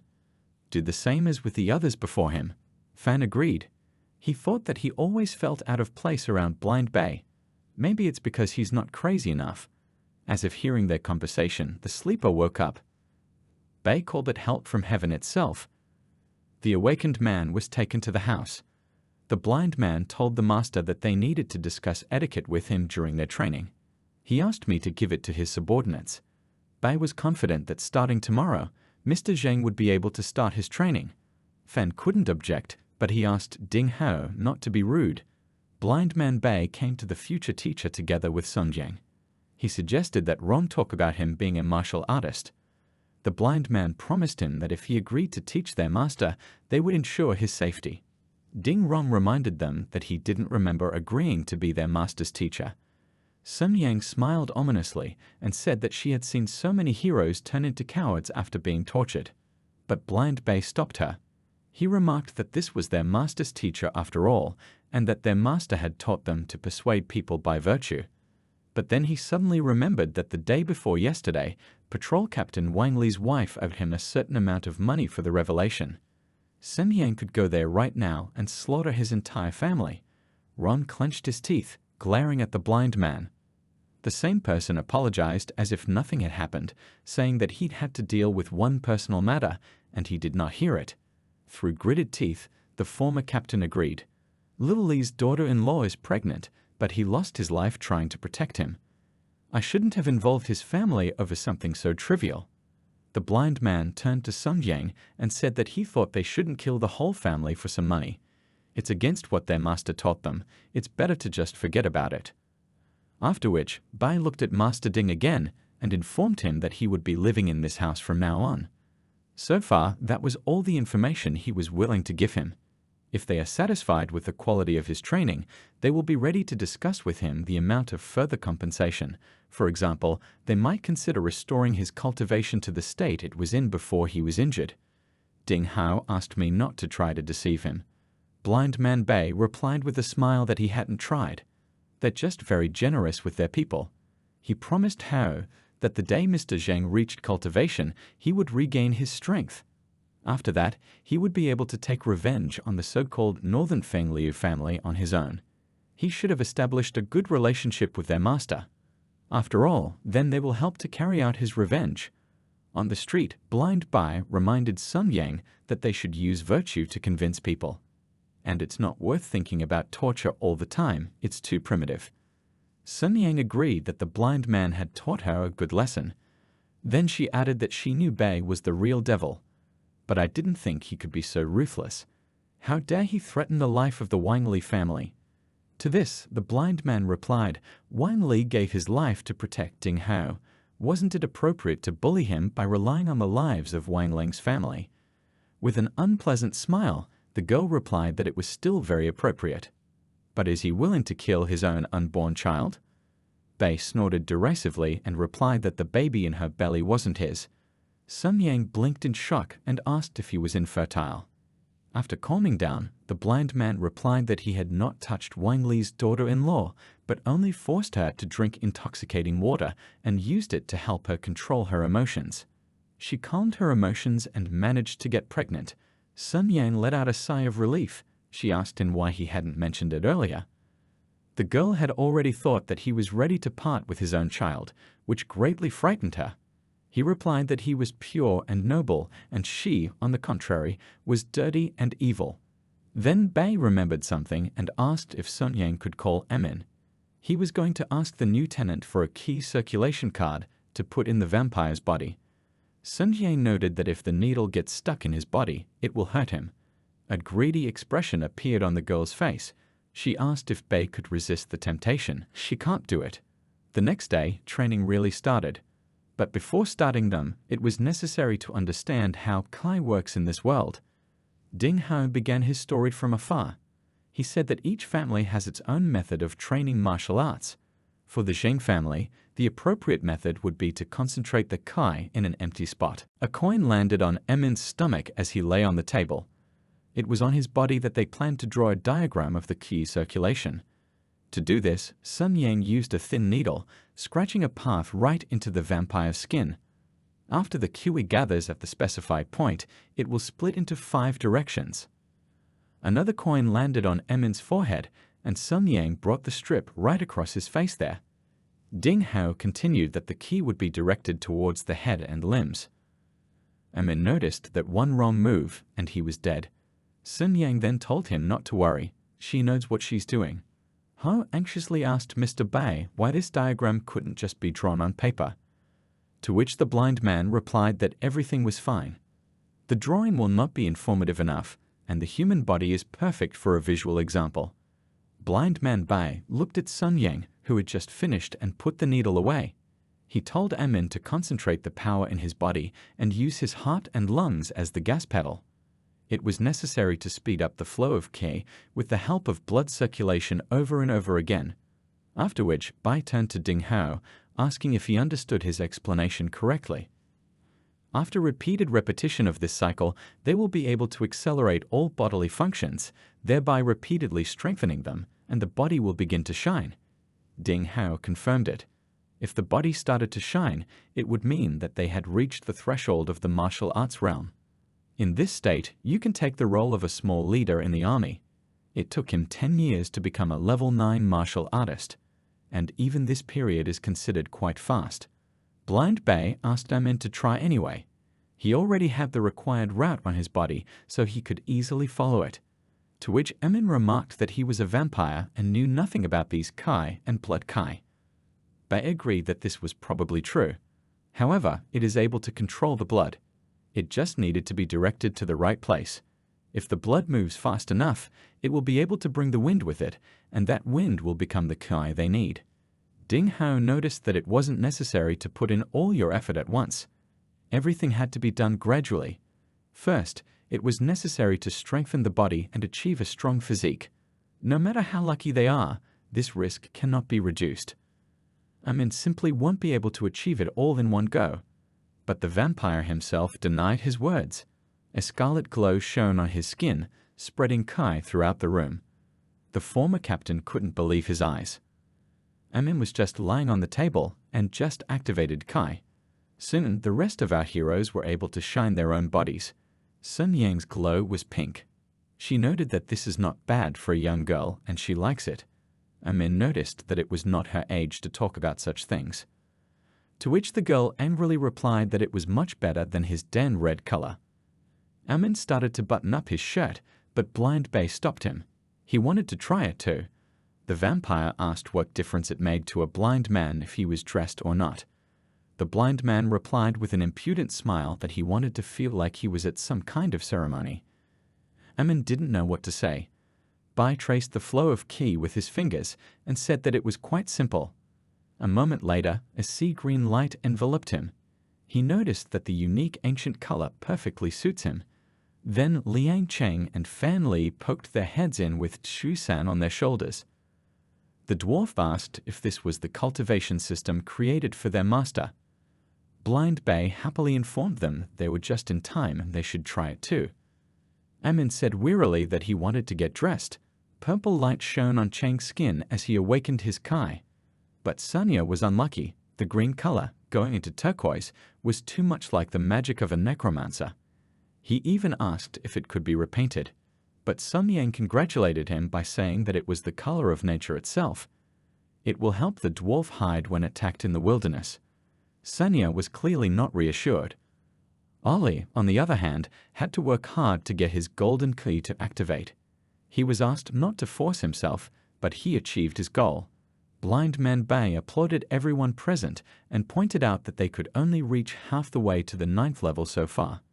He admitted that the process seems quite simple to him, but they can't speed it up by force. After all, they are held back by an invisible barrier. So the next step is very simple. They must do their best to help their master. By noon the next day, Cheng Fan's explanation had reached him. Blind Man Bai explained that this was how they managed to pass on their martial arts. He clarified whether everything is clear to the gentleman, to which Fan asked what he should have understood in principle. He sat on the floor in a meditative position and tried to feel his Kai. He was thinking hard that he just listened to a bunch of theory and looked at the lines on Emin's body for a bit. Is this enough to ascend to heaven? They seemed to think too highly of him. Fan looked at Ding Hao and thought that the poor man was just an ordinary person and clearly not as crazy as his creations. Blind Man Bai asked Master Ding if there was an easier way, maybe some kind of external stimulation.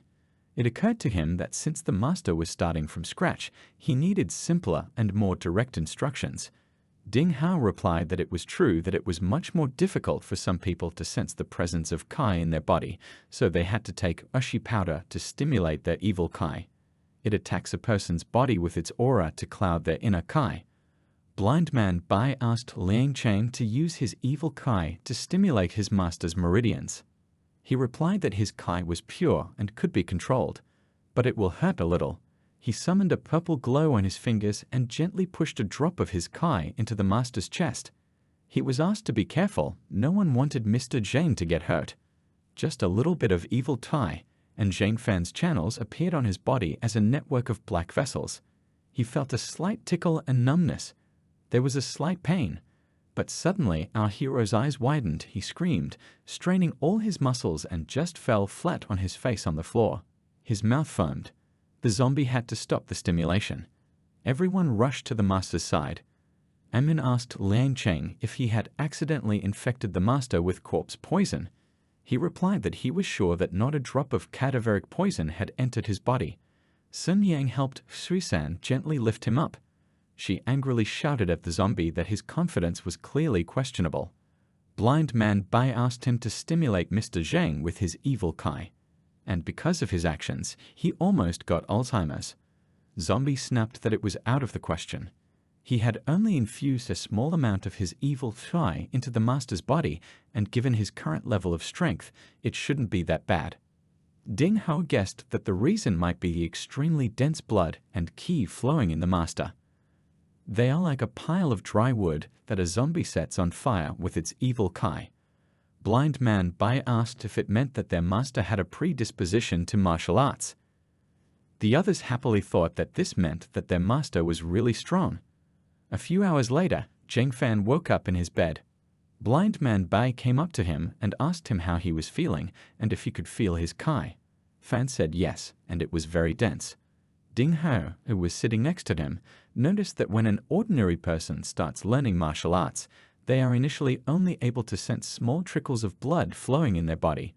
But right now, Mr. Zheng is able to feel the circulation of his dense sky, and that's fine. As Blind Bar congratulated the master on his achievement, the rest of the heroes materialized out of nowhere in the room. He greeted the gentleman with respectful bows. After all, he has exceptional talents, which means that a great fate awaits him. The sly ones simply couldn't let Bei be the first one to suck up to the master, and he understood that perfectly. But Zheng Fan asked them to leave and not make any noise. In the dead of night, Blind Man Bai was walking around the mansion when he met Suisan alone in the courtyard, studying a list. He asked the dwarf why he went to see Ding Hao. He replied that he wanted to ask what kind of food can help a person improve their skills. Perhaps it could help their master increase his strength, from the 9th to the 8th or even 7th level. Bei noted that in this case, they may face the consequences of growing too fast. Suddenly, the master will be permanently stuck at the 7th level. Otherwise, in this case, the same fate awaits you. As he was about to leave, Bai advised Sania not to be too smart. The others weren't like that he was going to give the master some kind of drug. To which Shusen replied that he just wanted to play it safe. The blind man looked up at the clear starry sky and noticed that they had gone a little too far today. They tried to take too big a bite. Besides, none of us know for sure when Mo Wan's demonic pill will wake up. The dwarf jumped down from the table and asked how this situation concerned Mo Wan. The blind man asked what he thought would happen if they continued to pressure Mr. Zheng like they did today. Either he wants to stay with us even more, or he decides to live together with Mo Wan. Shusan's smile turned sinister. He admitted that Blind Man Bai had always been quite bright and could always read other people, but he didn't know anything about Mo Wang's character and habits. Ripping open the list, he asked if Bai had ever wondered why Mo Wang hadn't lifted the seal yet. Blind Man Bai asked me to tell him. Shusan said that most likely if Mo Wang really wakes up, the first thing he would do would be to kill his master and leave this world. At this time, Zheng Fan was resting in the hot spring. His body needed to rest after what had happened to him. Feng Xinying was at her master's side, feeding him large grapes. She asked the master if he liked these grapes. After all, the most delicious ones should be much smaller and have a creamy taste. Fan asked the girl not to say such vulgarities in the middle of the night. Sun Yang put another grape in Mr. Zheng's mouth and asked if they were putting too much pressure on him. He replied that he wasn't. It was just that today he felt like he had caught a fever. The evil Kai wasn't very pleasant. The girl offered to give him a massage, but he refused. He just wanted to stay in the hot water for a while longer and then go to bed. He had classes starting tomorrow. Sun Yang left her master and wished him a good rest. Fan didn't see her upset expression. As the girl walked towards the house, she reflected that although the master was an ordinary person, at the same time, he was the one who created them. The author immersed in horror manhwa remained the same. Deep down, Zheng Fan must have been a sensual and lonely person, Sun Yang felt like they were putting too much pressure on him. Maybe she should tell her master the truth. Jing Fan had other thoughts on his mind. The experience today was unpleasant, but there was no other way to increase his strength. He couldn't understand why his people would show so much respect to such a disgusting master. This seemed strange to Fan. He shifted his gaze to the stone that Bo Wang had sealed himself in. He floated on the surface of the spring, as if keeping his father company. Jing Fan thought that as a father he missed him. When Fan went into the house, he didn't see the stone crack slightly after his words and light up, raising a small whirlpool on the water around him. The energy he released was almost immediately noticed by Blind Ba. An intense killing intent assaulted his spiritual vision.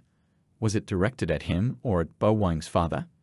In the morning, several funeral processions passed along the street where their house stood. Jing Fan and Feng Xinying went out onto the porch to see them off. Fan guessed that the people who had been forced to bring food along with them had already returned. He asked Sun Jian how many of them managed to survive. The girl replied that it looked like only a couple of hundred survived. This morning, most families in the city started holding funerals. The master came back just after his merits, so he was a few days ahead of them. This time, many people died. It seemed to Sun Yang that the city of Futo would soon have a census again. Jing Fan asked her if the city's authorities had taken in refugees to save their tax revenues. Their conversation was interrupted by Liang Cheng. He reported that the magistrate had just sent an order requiring Jing Fan to report to the courthouse before noon. He also asked if something had happened. In the afternoon, our hero returned from his assignment. Blind Man Bei and Liang Cheng met him on the doorstep. They managed to find out why the gentleman was summoned. It turned out that after General Li's death, he and his clan officially became a member of the Hudo City Board.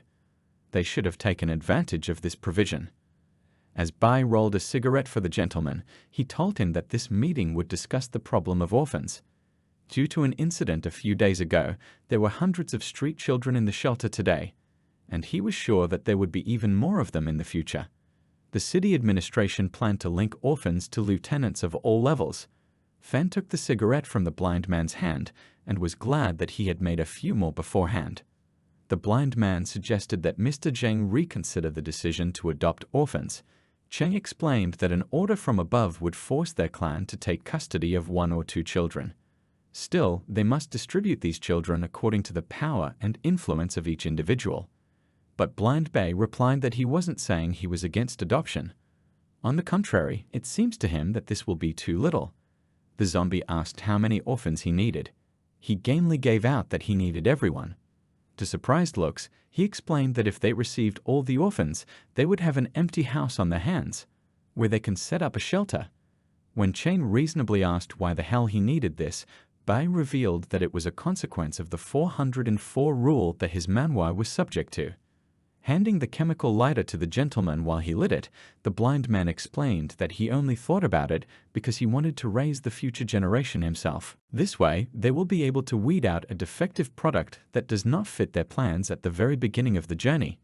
In addition, this way their clan will be able to win everyone's love and attention. Fan exhaled a blissful breath of smoke and found that Bai was much easier to understand when he spoke like this. Cheng Fan turned around and headed home, reminding them that they still had a lot of work to do. Cheng Fan's training continued at a fast pace. He finally managed to display his Kai, and Ding Hano was satisfied with his disciple. At the end of the next class, he said that this could be the end of it. Master Ding told me to remember this feeling and speed up the process the next day. Fan asked how long it should shine like this. The master replied that rushing would not speed up his path to the goal. With his current progress, he could be halfway to level 9 in 3 days at most. In 2 months, Mr. Zhang will be able to fully reach this stage. After arranging for a new class the next day after lunch, Fan left Ding Hao to rest and left. As Hao watched him go, he thought that even if he excluded the 6 psychos who were halfway to level 9 in the blink of an eye, Zhang Fan's talents would frighten him. They say he trains them, but it's more like they're just holding him back. Could it be that they were disciples of some large sect that enjoyed a peaceful life? Fan returned to his quarters to hear the report from Blind Man Bei. He said that after lunch he and San will go back to accompany the soap and perfume for sale in Tumen City. Oli and the remaining two went out into the desert again to see if they could bring more people here. Lighting a cigarette with the same chemical flint, Fan asked if 3 people would be enough for this task. Bai assured the master that he had warned them not to take any action without full confidence. Slepets added that given the speed of their movements, most likely it will take them about a month to search for information. Fan replied that he didn't quite understand what he was trying to say. The answer was that the gentleman had nothing to worry about. Inwardly, Bai thought that this month would be enough for the master to reach the 9th level. The blind man then added that since the 5 of them were currently out, starting tomorrow night, Sun Yang would be next to the master for 24/7. Fan choked on the smoke and coughed. He asked grimly if the blind man was sure this was a good idea. He replied that they couldn't risk their master's safety. Sun Yang will be responsible for protecting him. Of course, if Master managed to reach level 9 faster, it would greatly lighten her burden. Bai then asked the master to carry Mo Wan with him at all times. Fan replied that he never came out. The blind man expressed confidence that if the master was in danger, he would certainly show himself. Zhang Fan clarified, does this mean that he still loves his father? To which it was said that maybe he just wants to look at it before he dies. This made Fan's face darken. Blind man Bai excused himself and said that he needed to prepare for the trip, and Zhang Fan let him go. When the blind man went out into the corridor, Feng Xinying caught up with him. She was carrying a whole bag of letters, and there were so many of them that they spilled out on the floor. The girl thought it was too much. 5 people, 20 or 30 letters each.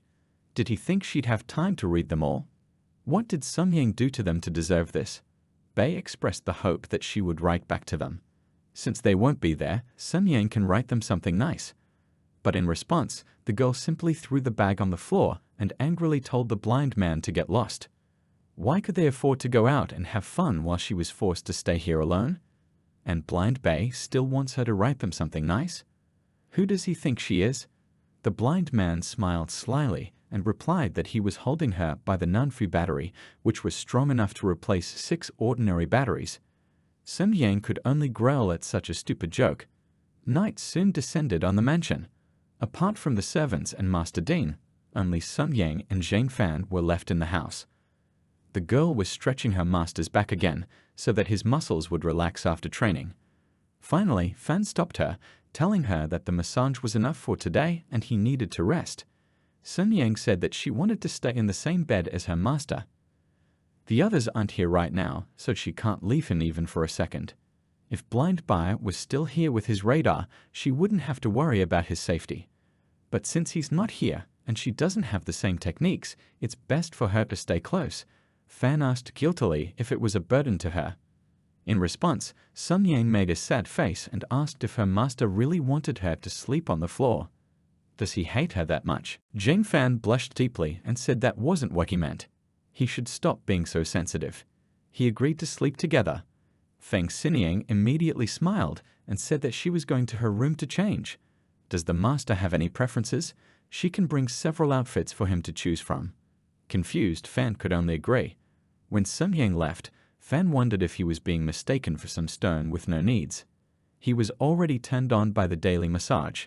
In addition, he had been training his Kai and blood recently, so the sensitivity of his body had increased. Suddenly, Mo Wang's stone lying on the bed moved slightly. Zhang Fan didn't have time to understand anything, but in the next second, he just passed out where he was sitting. When Sun Yang came back with a few outfits, thinking that when Mo Wan wakes up, he might have to start calling her his mom. But as soon as she noticed that the master was lying unconscious, all the clothes that she was holding in her hands turned into pieces of paper. Each leaf glowed with an ominous purple light. They started circling around Sun Yang as if they were trying to attack her. The girl barely managed to jump away from the place where the paper stream hit, but in the next moment, a huge translucent palm with sharp claws wrapped around Sun Yang. The girl noticed that the stone lying on the bed gave off that same purple light. There was a soft voice in her head, asking her what she wanted him to call her. Sun Yang froze in horror as she realized that she had just been attacked by Mo Wan. When Zhang Fan woke up in the morning, the light was shining on his face. He found himself lying on his back on top of the blanket. My head was buzzing a little. When he sat up, he saw Sun Jiang in a black alluring outfit sleeping on a bed sheet on the floor. Fan was puzzled. Didn't they agree to share the same bed? At that moment, the girl also woke up.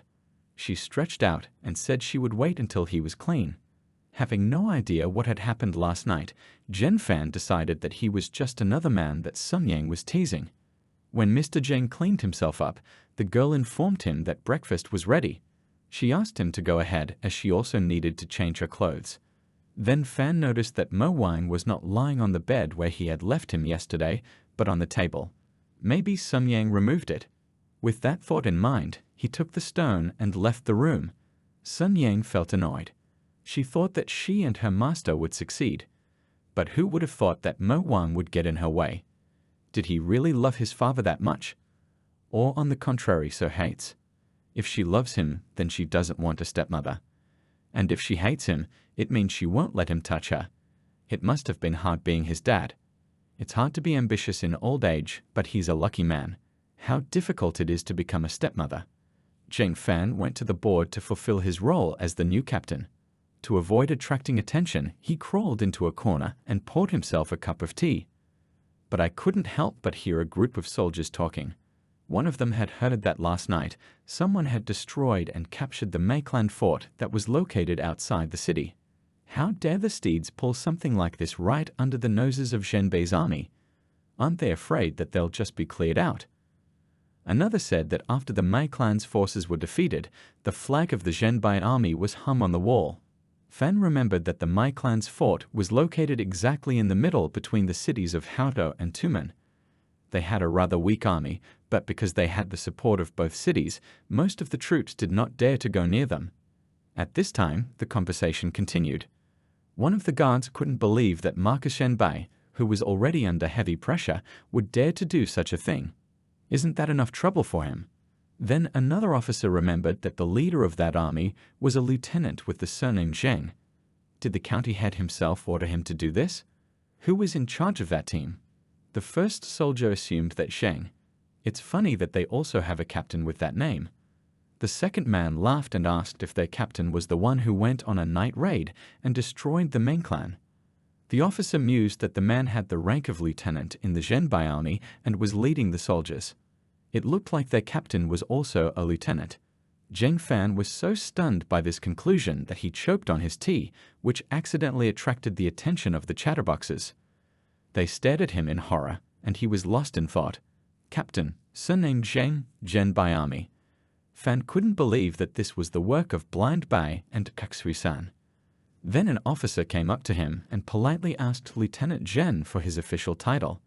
He replied that he belongs to the Zhenbai army, which is located in the city of Futu. With a grin, he added that he was the captain of the merchant's guard.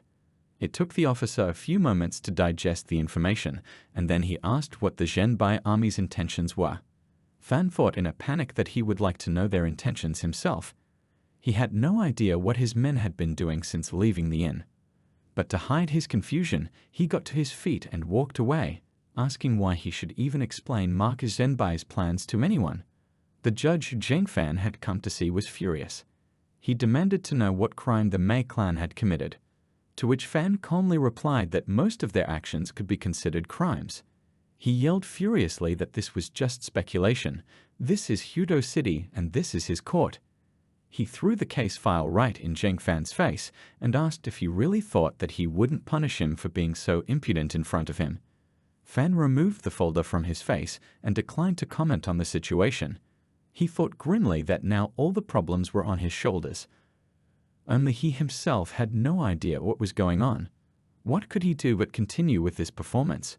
Suddenly, the judge pulled out the blade hanging from his belt and aimed it at Zheng Fan's neck. At the same time, he felt a strange chill. No, it was a killing intent. The stone beneath his breastplate vibrated visibly, and Zheng Fan practically saw Mo Wang's appearance. Did the demonic pill really wake up? Mo Wang, an unrecognized child with 9 lives. In each of his lives, his parents disowned him immediately after birth. The anger that lurks inside him is enough to purify this world with blood. If Blind Ba and Sun Yang can be called the adopted children of Zhang Fan, which he took over when his partner left, Mo Wang can be considered his natural son because he created it from beginning to end. And now it had all come down to his own son threatening his position. He even thought he could hear him laughing. But at that moment, the judge threw the sword on the floor. He put his hand on Fan's shoulder and asked why he was home. Fan, noticing that the killing intent was gone, replied that the young lady was fine. Mo Wang seemed to have calmed down after the judge lowered his tone. The same one said that Fan had recently passed through the gates of hell. Wiping away his tears, the judge said that, unfortunately, the young lady also had a hard time. His Excellency had to go to the capital, so the Marcus family can only count on the young lady's help. Zhang Fan realized that it looked like the judge was a spy for the Zhenbai army. He never thought that he would have to become a member of a spy movie. The judge recalled that Zhang Fan's family had moved to Hutu City about half a year ago. He asked if they were here on behalf of the young lady. Fan thought this was a good excuse to get some information out of the poor guy. He said that his mistress saved his life. His father and grandfather were both servants of the Lai clan. His father is Zhang Chenggong and his grandfather is Zhang Zhailong. Fan asked if the judge had ever met them. The confused judge said that he had heard about them. Besides, I think he was drinking with his father once. It turns out that integrating into the ranks of the Hutu City underground gang is also an order from the lady. Zhang Fan confirmed this and started to talk about the plan, but the judge put his hand over his mouth and told him not to say such things to an outsider like him. And he asked me not to be so trusting next time. When he removed his hand, our hero agreed with him. The judge promised to take care of the Mai clan's stronghold. If Zhang Fan had any problems in the future, he could go straight to him. If one day the lady wants the entire Hutu for herself, all you have to do is say so. Fan, meanwhile, was thanking the writers of all the spy movies. Without them, he wouldn't have known what to do. The judge got angry and said that he, Akshay Wenzu, would personally open the gates to the lady and offer her this city. Looking at it tiredly, Fan thought that another barrier had been successfully passed. A few days later, Feng Sunyang brought letters from those who had gone on trips to the master who was resting after training in the hot spring. After examining the mail, Fan returned the letters to the girl and noticed that only the letters from Blind Man Bai were useful. For some reason, he had a feeling that the Mai clan stronghold might be the first to attack them. In that case, it would be best if they attacked them themselves, and he has to put on the skin of the Zhenbai army to deal with the reports of Hutu City. Precisely because, if it wasn't for the fact that he is a top official of Hutu City and also a spy for the Marquis of the Zhenbai army, he would have been dead long ago. Sun Yang placed her master's head on her lap and guessed that the master must be tired from all the daily training. She asked how Mr. Zheng thought when he would be able to get his rank. He replied that Ding Hao had said that in order to fully control the blood and Kai, sometimes it only takes a chance. Zhang Fan guessed that perhaps when he opened his eyes tomorrow, he would already have that rank. Sun Yang noticed that she knew that there was a gap in Master's heart. He laughed and said it wasn't true. But then the girl untied her robe and said that it was a gap right in front of his eyes. Fan, who was terribly confused, jumped up, grabbed Mo Wang's stone floating on the surface of the water, and quickly informed him that he was tired and needed to rest. Sun Yang suddenly remembered that Mo Wan was a spirit who needed the spiritual energy of heaven and earth. It seemed to her that he could easily make up for it. Just leave it in the courtyard for the night so that it can absorb the moon essence. Fan froze and asked if it would work. Sun Yang asked her master to listen to what everyone else was saying at least once. Even if a thief gets in here, who would think of stealing a broken stone? Zhang Fan said that he could try it and put the stone on the table near the spring. Together they entered the house. At that moment, the stone shone, spreading a cold green flame around it. Fan, apparently sensing this, asked why the wind had picked up. Sun Yang told him that it was normal in these parts. Mo Wan was clearly unhappy about being left outside, thus preventing Sun Yang from messing up her plans again. The girl took the bull by the horns. She didn't know why Mo Wang was afraid to face his master, but since he continued to avoid him, she didn't believe that he would dare to barge in here. Besides, how could she let go of the man she wanted? Their creators did not annoy him in any way, but he still wants to protect his father from associating with other women. Sun Yang hugged Zheng Fan from behind, pressing her chest against him, making him blush brightly. The girl whispered in his ear that there were several bruises on the master's chest and she would help him get rid of them. Fan confusedly mumbled that he didn't want Sun Yang to do this. Sun Yang asked sadly if master didn't trust her. He said that wasn't the point, to which the girl said that she could help him deal with the tension that created excessive blood movement during training. And Zheng Fan finally succumbed to her charms. When Zheng Fan woke up the next morning, he realized that he had reached the 9th rank. Tumen City is a commercial exchange point between the Dayan region and the western regions. Music was playing in the board building. Blind Man Bei was playing the piano.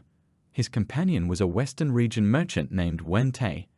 Shu San was standing behind the chair he was sitting on, holding his curved dagger near the merchant's throat. A broken bottle lay at his feet.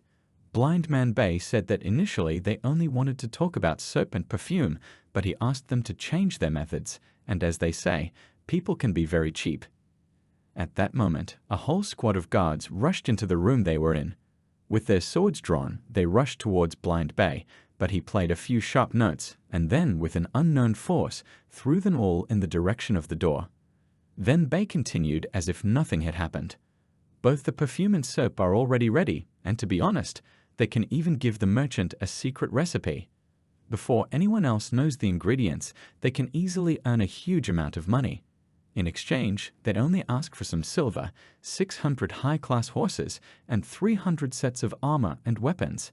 They need them to mimic the equipment of the Zhenbai army, and he's sure that merchant Wen Tai can get something like this.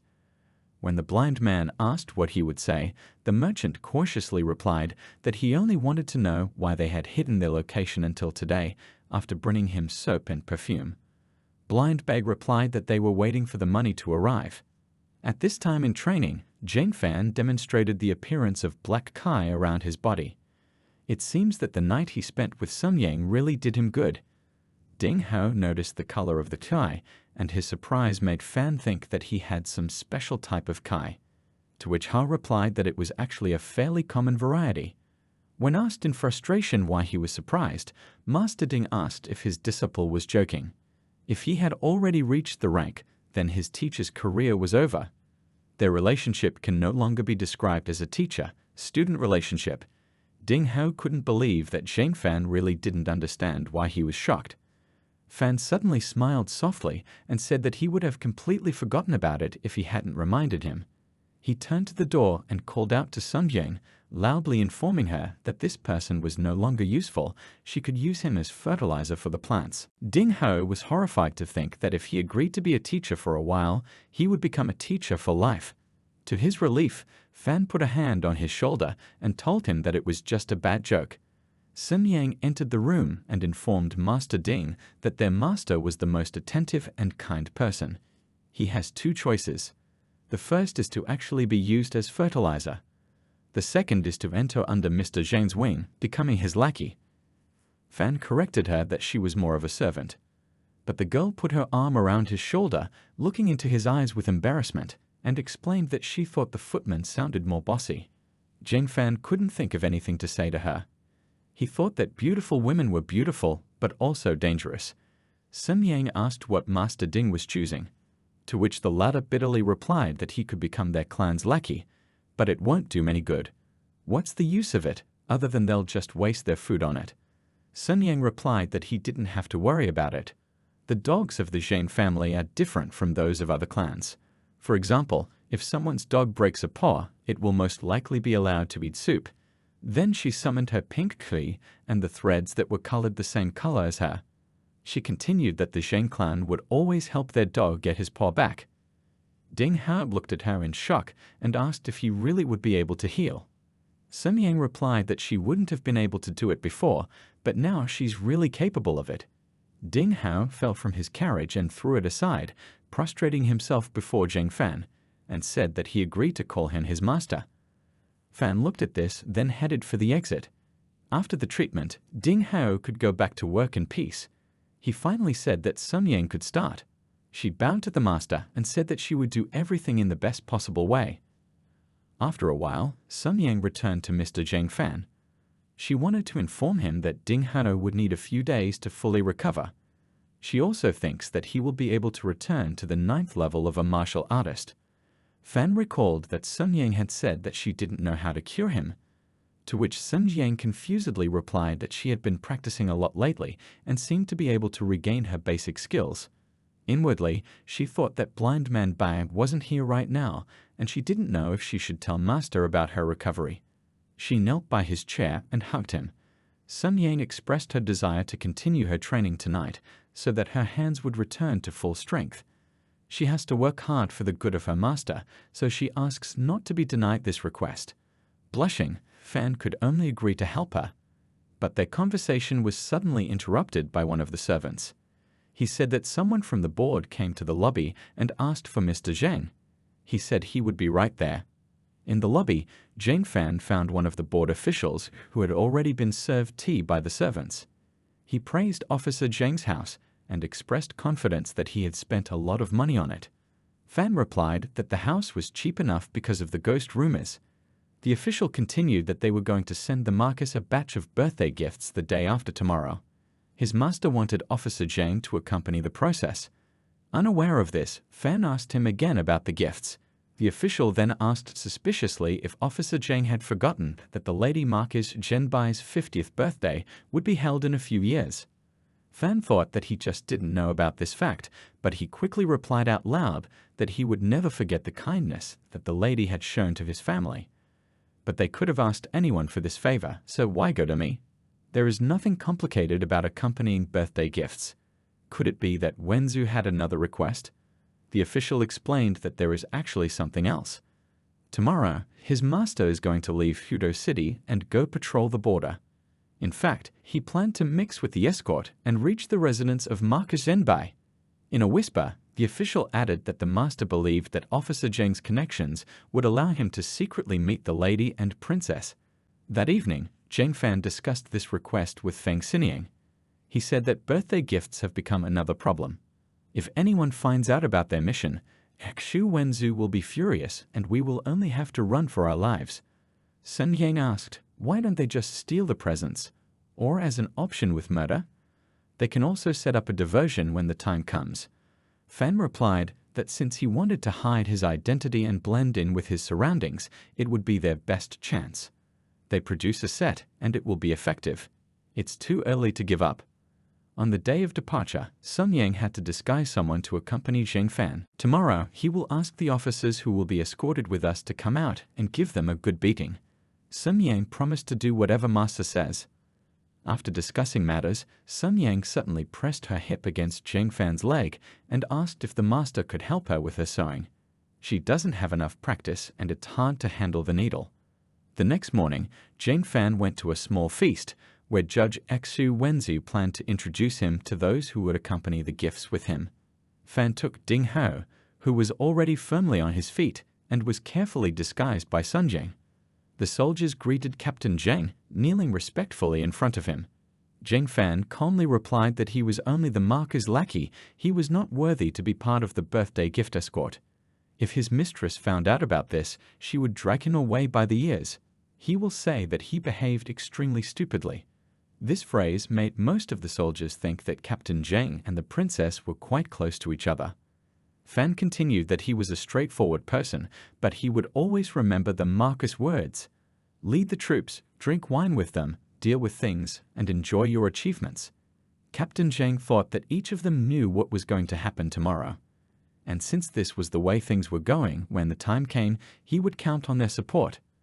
As long as they treat me with sincerity, he will definitely recommend them to his mistress.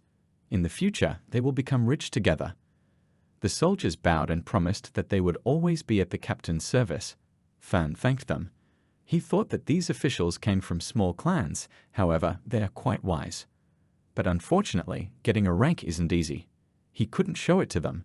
Suddenly, the solemn moment was interrupted by scuffling and swearing from behind the door. Zhang Fan was angered by this.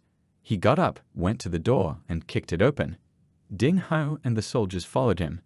To their disgust, they saw the chief official of Fudo City pinning a young girl to the floor and trying to undress her. The other one was in tears. Ding Hao recognized the girl. It was his brother's wife, Wang Lai Xiaoqu. Just as Zheng Fan was thinking that this was the woman that blind man Bai had promised to look after for her dead husband, the official jumped up and immediately demanded to leave. Do they even know who he is? The girl on the floor was bursting into tears. Fan turned to Hao and asked if he wasn't angry that the man had tried to rape his brother's wife. He confirmed that he was angry. Then why doesn't it do anything? Through gritted teeth, he replied that the man was the chief official of Fudo City. Zheng Fan felt confused. Who knows if Blind Bei was telling the truth, that he didn't do anything to this girl? If he was lying, then she was half his woman. But he managed to hide his confusion. He barked at Ding Hao that he was his dog. And his dogs don't get away with insults. If he wants to bite someone, then let him just take it and do it, and he will be responsible for the deaths of those bitten. Ding Hao smiled triumphantly and moved towards the impudent official. He screamed, "Why don't they leave?" They really didn't know who he was. But instead of answering, Hao grabbed the official's outstretched finger and broke it in one motion. He screamed in pain. The next moment, the heel of Ding Hao's boot smashed into the official's jaw, sending him sprawling to the floor. While his dog was beating up the obnoxious official, Zheng Fan helped Xiaoqui sit up and asked what had happened. Wiping away her tears, the woman explained that the official had said that the authorities were going to try his late husband and she should see him here. As the girl explained that the official had threatened to drag her entire family into the case, Fan saw that she was wearing a suspiciously modern bra. No woman in this world knew about such things. Damn blind man strike. If he didn't deal with this matter radically, decisively, and bloodily, he might have a problem with Blind Ba. The feeling of arguing with him was terrible. So this person must die. Zheng Fan ordered Ding Hao to bring the official to him. The men dragged him by the scruff of the neck, and his face was already covered in bruises. After examining it, Fan ordered people to gather. One of the officers asked why Captain Zheng needed soldiers. He replied with a sinister smile that he was going to destroy his entire family. A battalion of the Zhenbai army marched on the Chen family mansion, led by Captain Zhen. This clan used to be the main ones here, but Ding Hao never thought that this day would come. He thought about the future in which he had died in battle. I thought of the orphans and widows they would bully. He supported his master's desire to destroy his entire family. Zheng Fan replied that their families would not be in any danger in the future. This time they simply couldn't let them leave. Zheng Fan recalled Blind Man Bai's words. He told the master that in order to determine his position in society, he must maintain a high status. Those words were true. As long as Fan maintained his high status, no one would dare to joke with him or dig under him. And if it slackens, problems will continue to appear. However, Fan thought with annoyance that in all kinds of dramas, enemies die with a single blow, and he is not even able to destroy the door. The party finally stopped at the Chen clan mansion. The soldiers couldn't understand why his lordship didn't give the order. They must hurry. The longer they wait, the more exhausted people might end up inside. They couldn't give them that kind of pleasure, they don't deserve it. But in reality, Zheng Fan simply thought that he had to protect himself and the family property that he and Blind Bai had worked so hard for. But before he could give the order, Judge Xu Wenzu's voice stopped him. He appeared on top of a fiery lion and demanded that it go with him. He personally wanted to find out what exactly made him do this. Officer J knows that it is a serious crime to mobilize troops or gather a crowd for an uprising. Soon our hero and his servant arrived at the board building. The guards at the entrance demanded that he hand over his weapons, but Officer Zheng just unleashed his Kai, shining with it in full force. No one could believe that there could be a level 9 at such a young age. Only the Marquis of the Zhenbei clan possessed such power. The guards could do nothing against him, but the soldiers who encroached on his loyalty were delighted. Zheng Fan entered the board building unhindered, thinking that Xu Wenzu would be furious at the commotion today. After all, no matter what status he had, the judge couldn't allow something like this to happen in Fudo City. At first, it seemed that Wenzu was really angry. But when they were outside the closed doors, he put his hand on Zheng Fan's shoulder and praised him for his good work. He just stood in a stupor from such a reaction, and for a while lost the power of speech. The judge began to say that now that the situation was complicated and the Marcus was settled in the capital, they should always be ready. If they took advantage of the Chen clan to unite the soldiers by hating a single enemy, they would be able to boost morale. This way, they will be able to get double the result for half the effort. Wenzu allowed Officer Zhang to continue what he was doing with confidence. By the way, he had heard that he would be responsible for escorting birthday gifts. He asked to let the old district master do the finishing touches. Tomorrow, he would join them as the escort left the city. It was just that Wenzu felt that if the soldiers decided to commit some heinous act, there would be real chaos. So he decided to recover with them. In addition, he wants to make sure that Hutu City is still a great Yan fiefdom. Jane Fan thought in confusion that this person had a very rich imagination. He would make a great artist for manhua.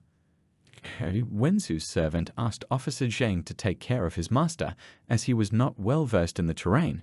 He could only nod. After which, the troops were ordered to continue storming the Chen clan mansion. In the dead of night, it was all over. The family of the chief official of Hutu City ceased to exist. Ding Hao found his master sitting on the wreckage of the roof near the ruined mansion. Before he could ask the question, the man suggested that the man wanted to know what he was doing here in the middle of the night. He asked if it was all about the settlement after the incident. After taking another drag on his cigarette, Zhang Fan replied that he didn't know what was going on. I just wanted to come here. Hao invited the master to share his true feelings with him. The latter replied that if he wanted him to reveal his true feelings, he could call him little brother. When Ding Hao finally got over it, he admitted that at first he thought he was a cold-blooded person. But sometimes he thinks that Fan is quite humane, and sometimes it is difficult for him to understand it at all. Zhang Fan found this all too pretentious in the spirit of a scholar. After exhaling a blue smoke, Fan explained that his life was too comfortable at this time, so he could call himself pretentious. He never faced hunger, never suffered. When he woke up, everything was ready for him. But in the future, Fan simply couldn't afford to remain pretentious. In his mind, Zhang Fan recalled that it was said that during the day, the horrors of war manifest themselves in revenge. But these soldiers still managed to earn some riches and enjoy this life. His old world was also a warm and furry place, where cannibalism also flourished, but this world is 1,000,000 times more bloody.